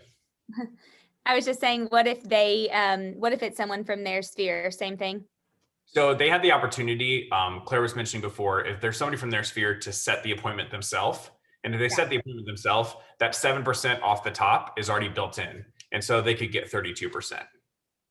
Oh, okay. Got it. Perfect. Okay. But the cost of the team is the exact same. It's just depending on what funnel it get funneled into. Yep, that makes perfect sense. Okay. Okay, Carrie, do you want to talk about the buy side? Yeah, I mean, Jen really touched on it, and I think that we run pretty much the exact same thing. The showing partners are on salary, and they can be on salary for 1 year. It's $1,500 a month, so and it's the exact same splits that we do. I had a showing partner in 2018 who did not want to be on salary, so she had a little bit of a higher split. And but the way that Jen kind of has it is that the way that the showing partner, if they take on more responsibility, their split will go up until they move into that buyer's agent role. And I actually just had Katie, her goal last year was to be a part of 90 transactions. She did 89. So this year we have moved her into the buyer's agent role. So her split is probably the biggest change because she's going to be getting 25% of mine. So it's 50% of mine that I pay her. Got it. Okay. And but she was the showing assistant prior, the showing agent prior. Yep, she was a showing partner for 1 year. And, you know, what's really, really cool about our team is that we're not into quantity, right? Like it's not about people. We want really good quality people that want to have a big life, which I think is really, really amazing. And there was a time last year, this was pre-pandemic, where, you know, we're going down the highway and we're like, well, I think we need to add another showing partner.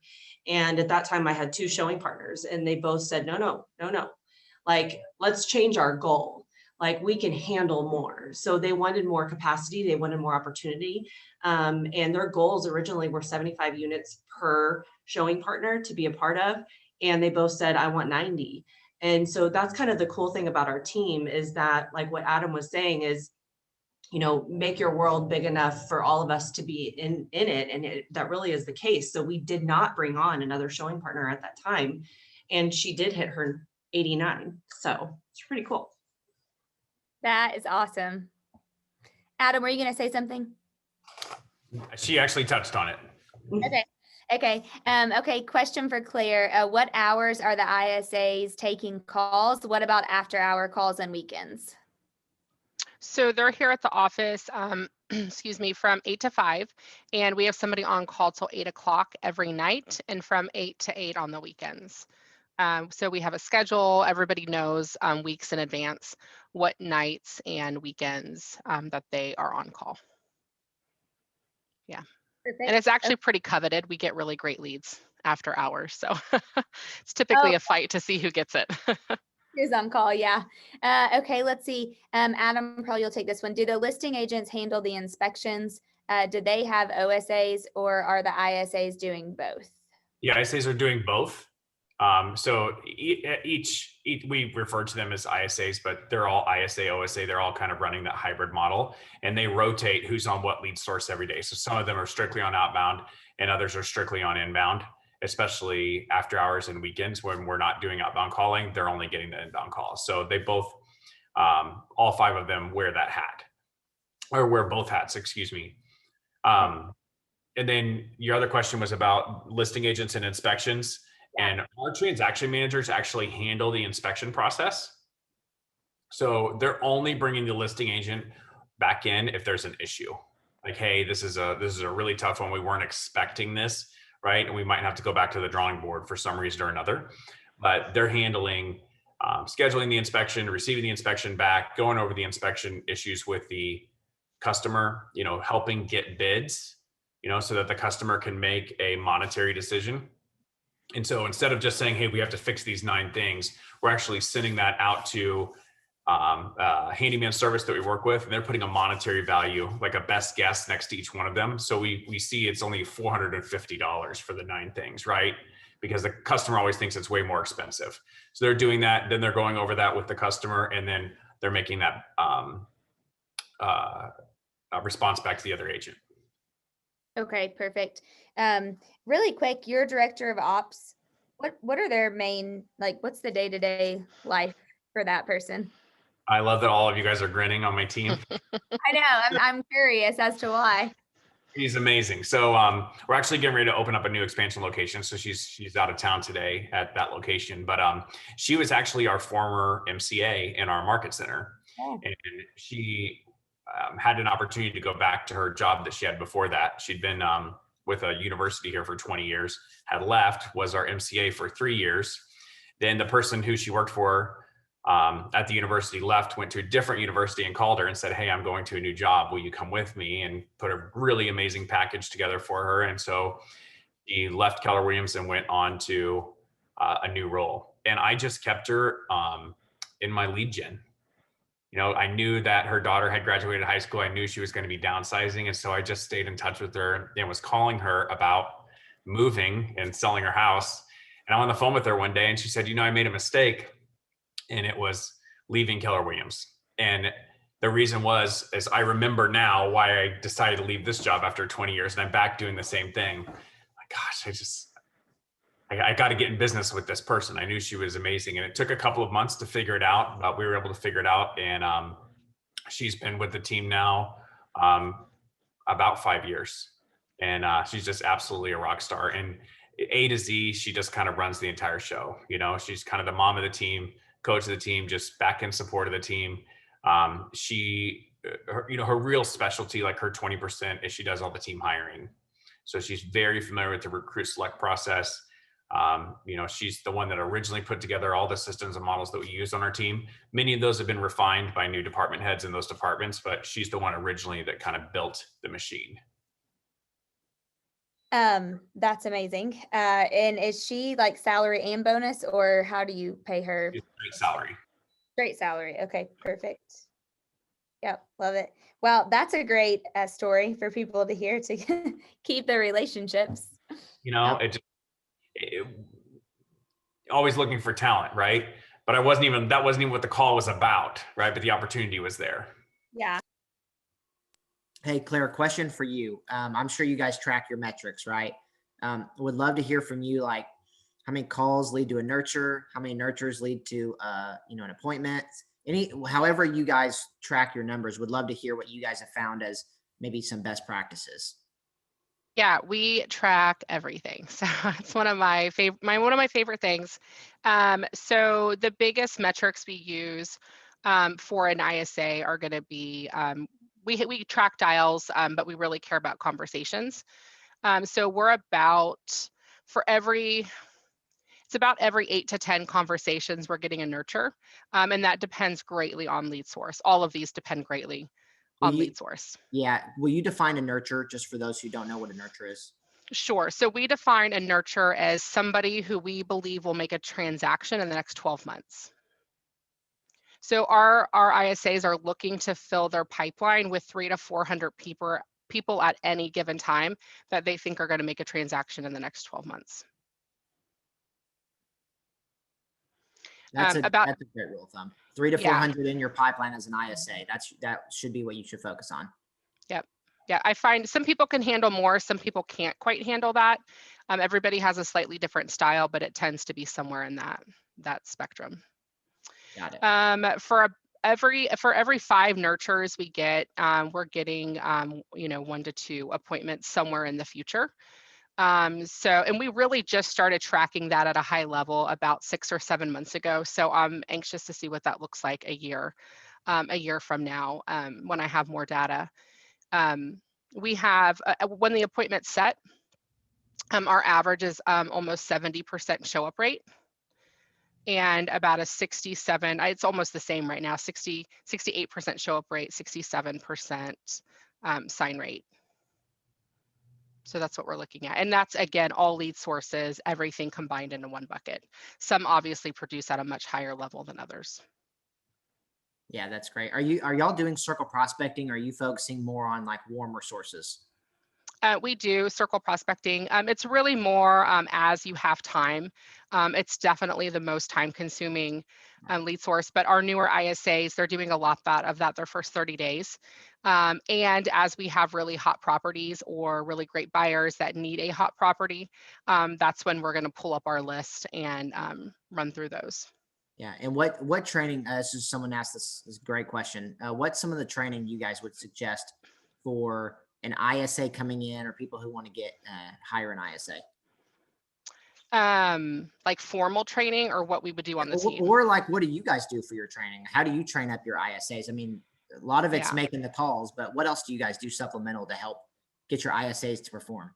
Yeah, definitely the calls. And I think the calls, it's really, really important to monitor that, especially at the beginning at a daily level. So you need to be spending an hour or two either reviewing calls that they've made. So if you record your calls, listen to some of them, take notes, share those with the ISA, or spend the time to sit there and listen to them. Because everybody takes your script and they develop their own. And sometimes it's better and sometimes it's worse. So you really want to make sure that they're making the script better and they're not making, they're not taking an open-ended question and making it feel safer by closing it off and asking something that's yes or no. So definitely that. We have them shadow. They're going to shadow Carrie for a little bit. They're going to shadow her on consults. They're going to shadow a showing partner on a couple of houses. They're going to go out with a listing agent on a couple of appointments. It's important for them to know what they're setting their clients or leads up for when they set that appointment. They're also going to sit with the transaction managers. They're going to sit with the listing manager. And so it's just a lot of learning and observing.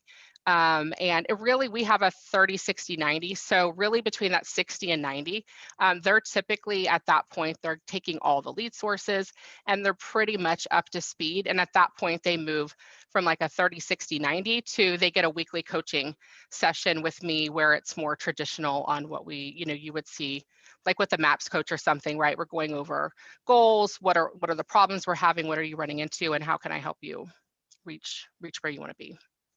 If you were starting an ISA team from scratch, I would highly suggest hiring a MAPS coach for an ISA. And I actually hired Anna Kruger and had calls with Anna Kruger before I even identified Claire, right? So that I could really learn. I knew I needed the lead gen leverage piece, but I didn't know exactly what that person would be responsible for. I was uncertain about how the leads would funnel through and how that person would be compensated. And she really kind of held my hand through that process. And she continued to coach Claire all the way up until the end of last year. And she just switched to a different coach because Anna started doing a lot of group coaching. But it was really, really invaluable. I think if you leverage MAPS at a high level, they're really cheap. They're really, really cheap for what they give you. Yeah, we talk about that all the time. It's like people say, "Oh, I don't know that I can spend $1,000 a month," and then you get to the point where you're like, "There's no amount that I wouldn't spend to figure out how to." Talked about on the team, I would give up our office before I would give up our MAPS coaches. Right? We could work virtually with our MAPS coaches before we give up our specific office. Like it's just that valuable to us. Carrie's been in coaching for I think 6 years now. I've been in coaching for about the same amount of time. Claire actually had her first coach call with Anna the first week she joined our team and has been in MAPS coaching ever since. That's awesome. Right. Carrie, will you walk us through the training for the showing agents and the buyer's agents or what you guys utilize for that? And also tell us who your MAPS coach is. I'm with Aaron Hurd. Okay. So I started with him. Gosh, I want to say it was in 2018 whenever we did our merger, and it was like, okay, I'm moving into this one specific role instead of being, a rainmaker and being the team lead. But we too, as well, have a 30, 60, 90. One thing that we do is every morning at 8 a.m., anybody that's in production jumps on a call. And we basically just say, what's our one thing that we're going to focus on for the day and kind of tells what our schedule is. And then immediately following that, we do script practice for about 20 to 25 minutes every single morning. And there for a while, it was just the agents that were doing it. And we added the ISAs. So now it's every single person in production, which has really, really been, I feel like, very high level just because, it's one company, one language, and it's really gotten us all on one page. And, it's really helped with listings and it's really helped with buy side. And then also ISAs for objections and stuff. So when you say everyone in production, you mean the ISAs are on there too? Yes. Okay, perfect. Yep. So when she says production, I just wanted to find that it's anybody working on any kind of commission split, right? It's just the non-salary transaction coordinator, listing coordinator, they're not on there. The ops director is actually running the call every morning at 8 a.m. And we're just going person by person talking about what our day's like. And Carrie's saying, hey, I've got this conflict here. And somebody else is jumping in saying, I can help you with that. Right. But we're all kind of learning about our day. And I think Carrie nailed it when she says one team, one language, right? We're all able to talk about our day and everything we have going on. But the great thing is that the ISAs are the ones filling our calendar. And so they know exactly what our challenges are like that day and who we're meeting with that day, and not just looking at a calendar. So go back, Carrie, sorry. I love that. So training is just a lot of shadowing. I mean, it's, same thing. We're overlapping everyone. So they all have responsibility to, sit with Courtney, who's our transaction coordinator, go through, writing the contract. They're shadowing. Right now, we've got someone that moved up from an ISA into a showing partner role. And that's literally what he's been doing, is every single appointment that he can go on, whether it's a final walkthrough, if we have to step in for an inspection, bringing them back in, showings, sitting in on the buyer consultations, just being a part of every single part of the transaction. If it's somebody that's new, they're sitting in while they're making calls. They're also lead generating and making those calls, shadowing during open houses. We are really, really fortunate to have this amazing space. So like our one office right here, this is our buy side. So there's the 2 showing partners and the listing agent on my team. So we're all just in one office. So we're constantly around each other, bouncing our days off and like, hey, I'm going to go with you on that. So it's just a ton of shadowing. I love that. I think that's one of the very best ways to learn, which is awesome. We missed one question. I don't know who would answer this, but do you mind sharing what you pay your transaction managers? Curious if they handle inspections as well, which I think we already kind of talked about the inspections, but. Sure. You want salary amounts? All right. So they're salaried, not per transaction. So they're salaried and they get a small bonus per transaction. So we charge a transaction fee. Oh, on your transaction, and they're getting a small piece of that. Okay, got it. Okay. When it's small, they're getting about 10% of that. All right, do 500 transactions and adds up really quick. But they're all 3 making around 40. Okay. And then just because I'm curious, are transaction fees common in your area, or do you guys charge them and they're not common? So they weren't common until I started charging them 6 or 7 years ago. And I think everybody else has kind of caught on board now. Honestly, it's just managing the expectation up front, because other agents are like, oh, you can't charge that, or my clients won't pay that. Well, just manage their expectation up front and it's not an issue. Yeah. But if you look at the culmination of all of the transaction fees, then that pays my salary for our ops manager. Yeah. How much do you charge for your transaction fee? $295. $295. Yep. Okay. And then someone asked, do you guys share one coach on one call, or do you have separate coaches for the agents versus the ISAs? I think separate, right? Sure, separate. Okay. The operations manager has her own coach. My expansion partner Joplin has his own coach. Carrie has her own coach. Claire has her own coach, and then one of my listing agents is in coaching. And then you are? And I'm in coaching as well, yeah. So you have 6 then, yeah, okay. Correct. Wow. It's a really great lineup. The 8 a.m. call we mentioned earlier, we invite them on the call. And so we sprinkle them throughout the year on our 8 a.m. call just to come in for, 5 or 6 minutes and just kind of power up our day and, bring us some energy and motivation. This morning, we had our RD on our call with us. That's so cool. Yeah, I love that. Love that. So do you really keep those calls at 20, are they 20 minutes? Is that what you said? This morning's call was a really long call and it went for like 28, 27 minutes. Wow. I only know I'm sitting in the parking lot of the gym ready to meet my trainer 8:30 every morning. So I'm staring at the clock. Normally we're through the kind of the rotation of the team in the first 10 minutes. And then we stay on for scripting, and every day has a different scripting topic. And so we jump from list side to buy side, and then whoever's running the script call for that day brings the topic, and we talk through it. And you don't have to stay on the call. The majority of the team stays on the call. Okay. But again, no matter what, we're done by 8:30. Love it. Okay. And then does the team cover the MAPS coaches, or does each individual pay their own MAPS coach? The team covers the MAPS coaches. And I saw somebody else say team equals Adam. Yes, team equals Adam. Adam pays the MAPS coaches. Yes. Okay. Okay. Awesome. What a great example, Adam, of you investing in your people, right? There's I don't know of a better dollar you can spend than to invest in the growth of your people. And obviously it's paid back tenfold. I have a quick question for Carrie and Claire. I hear this a lot.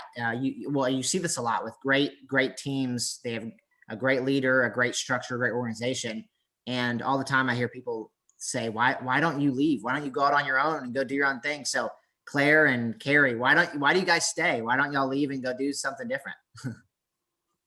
I mean, I'll jump in. I've been there, I've done that. And, for me to be in the role that I'm at, to be a part of 223 transactions, for me to GCI what I GCI, and for me to help, have success through others, that was really, really important to me during me having my own team. But, every team runs their business a little bit different. And the way that we're structured is that I have no expenses. And that means a lot for me. I have a family, and like our culture for this team is just so cool. I mean, tomorrow we're everybody's, out for 4 hours tomorrow, and we're working for the Think Big Foundation, and we're going to go, help our community. And I mean, we do so much, and we give back so much that it's bigger than that. And I think that, like Adam said, a lot of times people get really caught up on the splits, but I have a bigger life than I've ever had.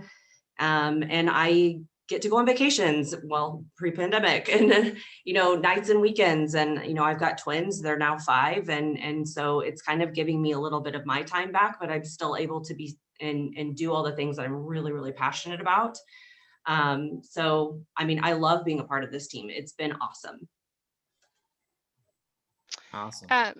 I think for me, it's kind of twofold. I mean, there's definitely a strong loyalty piece, I don't forget all of the time and effort and money that was invested in me to build this team. That wasn't me alone, that was a whole team.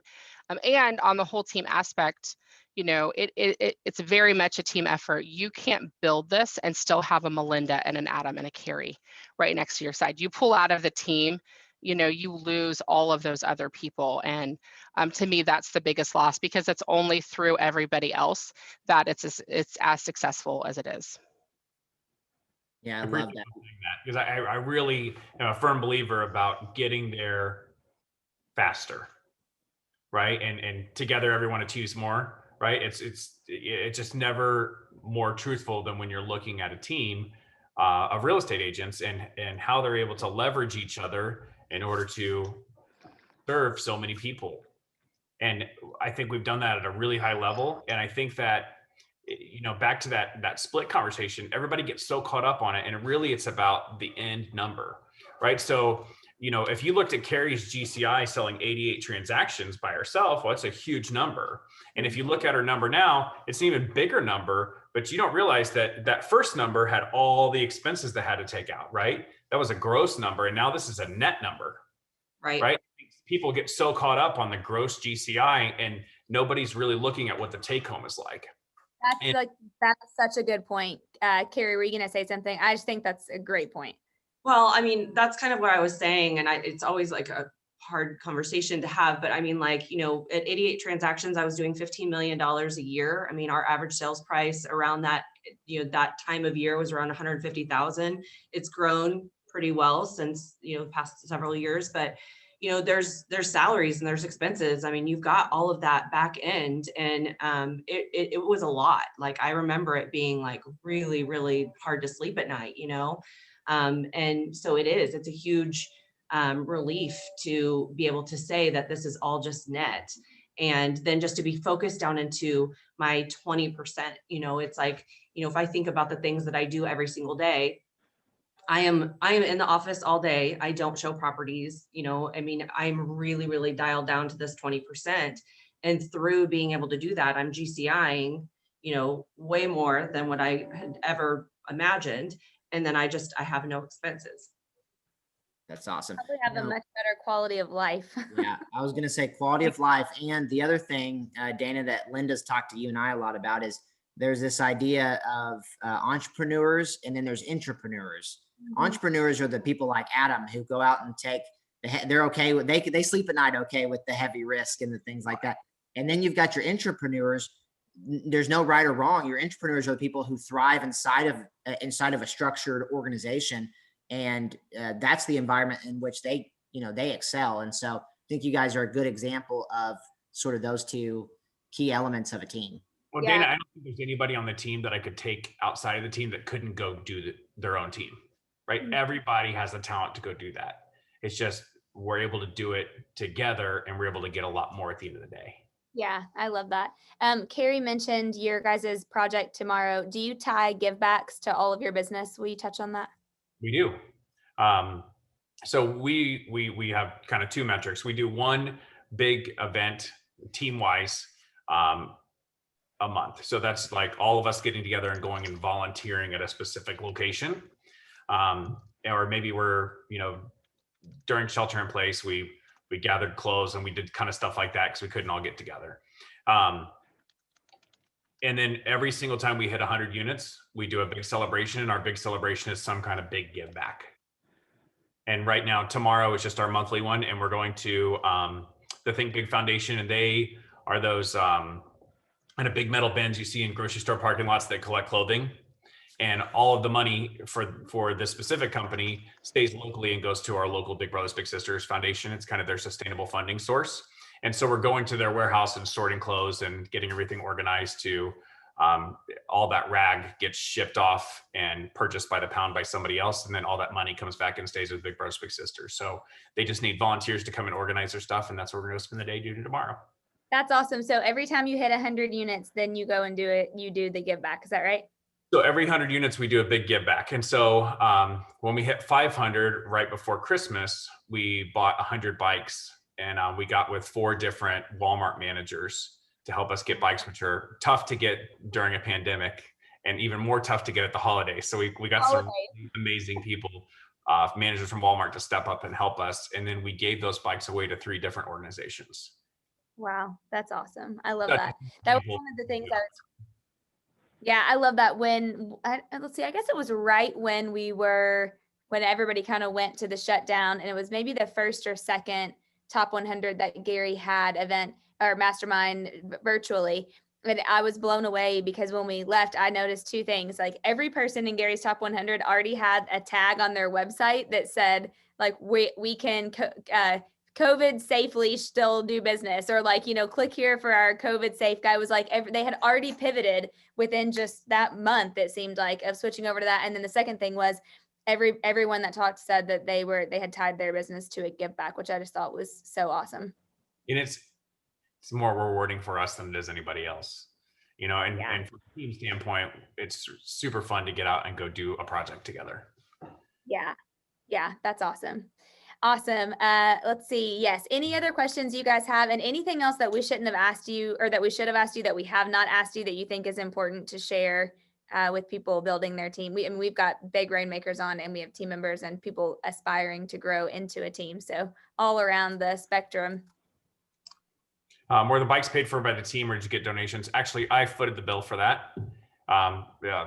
Specifically, I think we're going to ramp it up next year, because I know that we could lean on some of our preferred vendors to do it bigger, because obviously we just want to do it bigger every time. Other projects that we've done, I don't know if you guys remember, like the first stimulus that we had, we actually did our own stimulus back to one deserving frontline individual. And so I can't remember what the stimulus amount was originally. It was like $1,500, I think, or it was kind of an odd number. I don't know if you guys remember, but we did the same thing, and we were able to get vendors to chip in on that.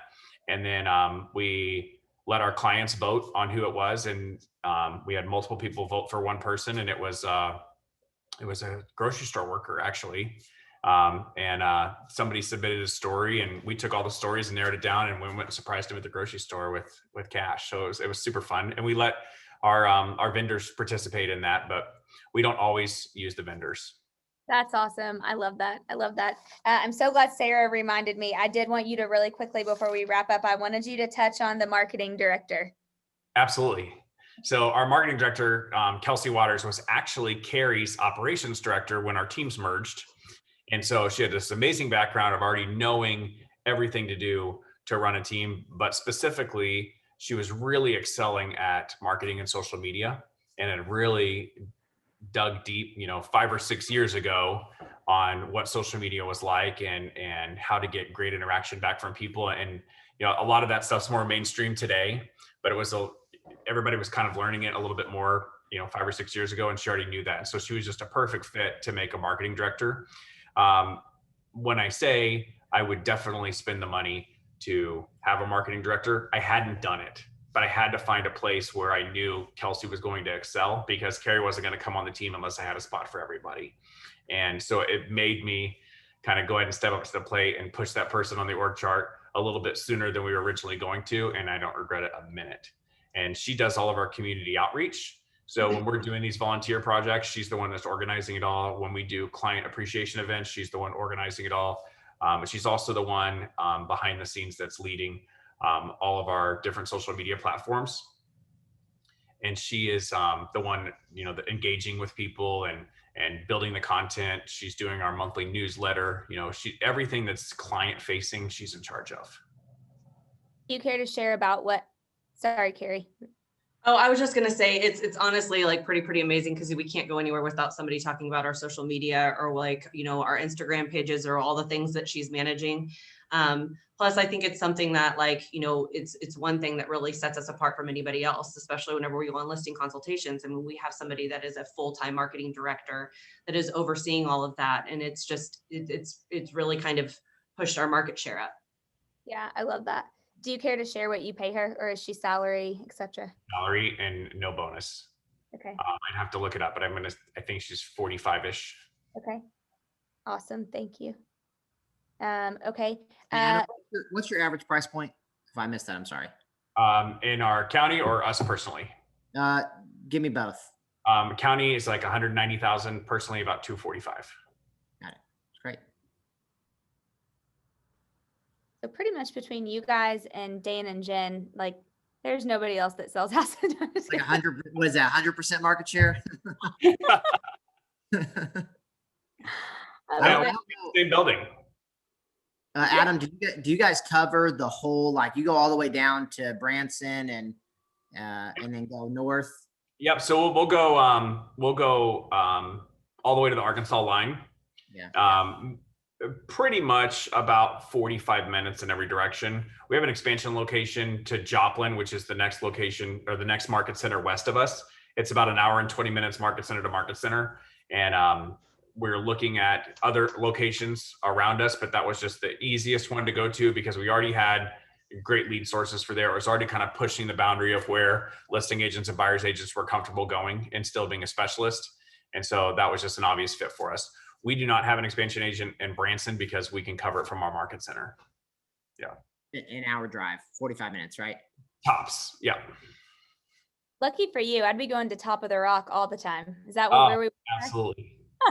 That's where I'd be. One of the best spas I've been to was up there.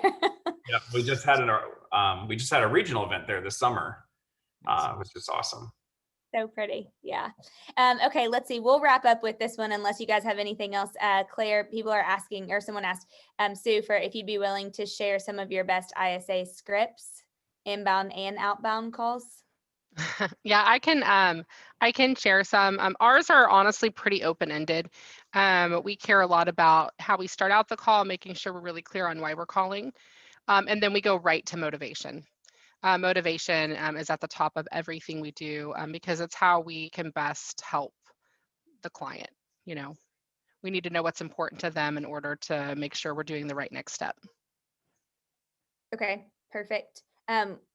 So when you say motivation, would you give an example of what you might say for that? Sure. So if somebody calls in on 123 Main Street, they're going to ask me the price and I'm going to speak, great, let me look that up for you. Just a minute. You know, what has you looking at houses today?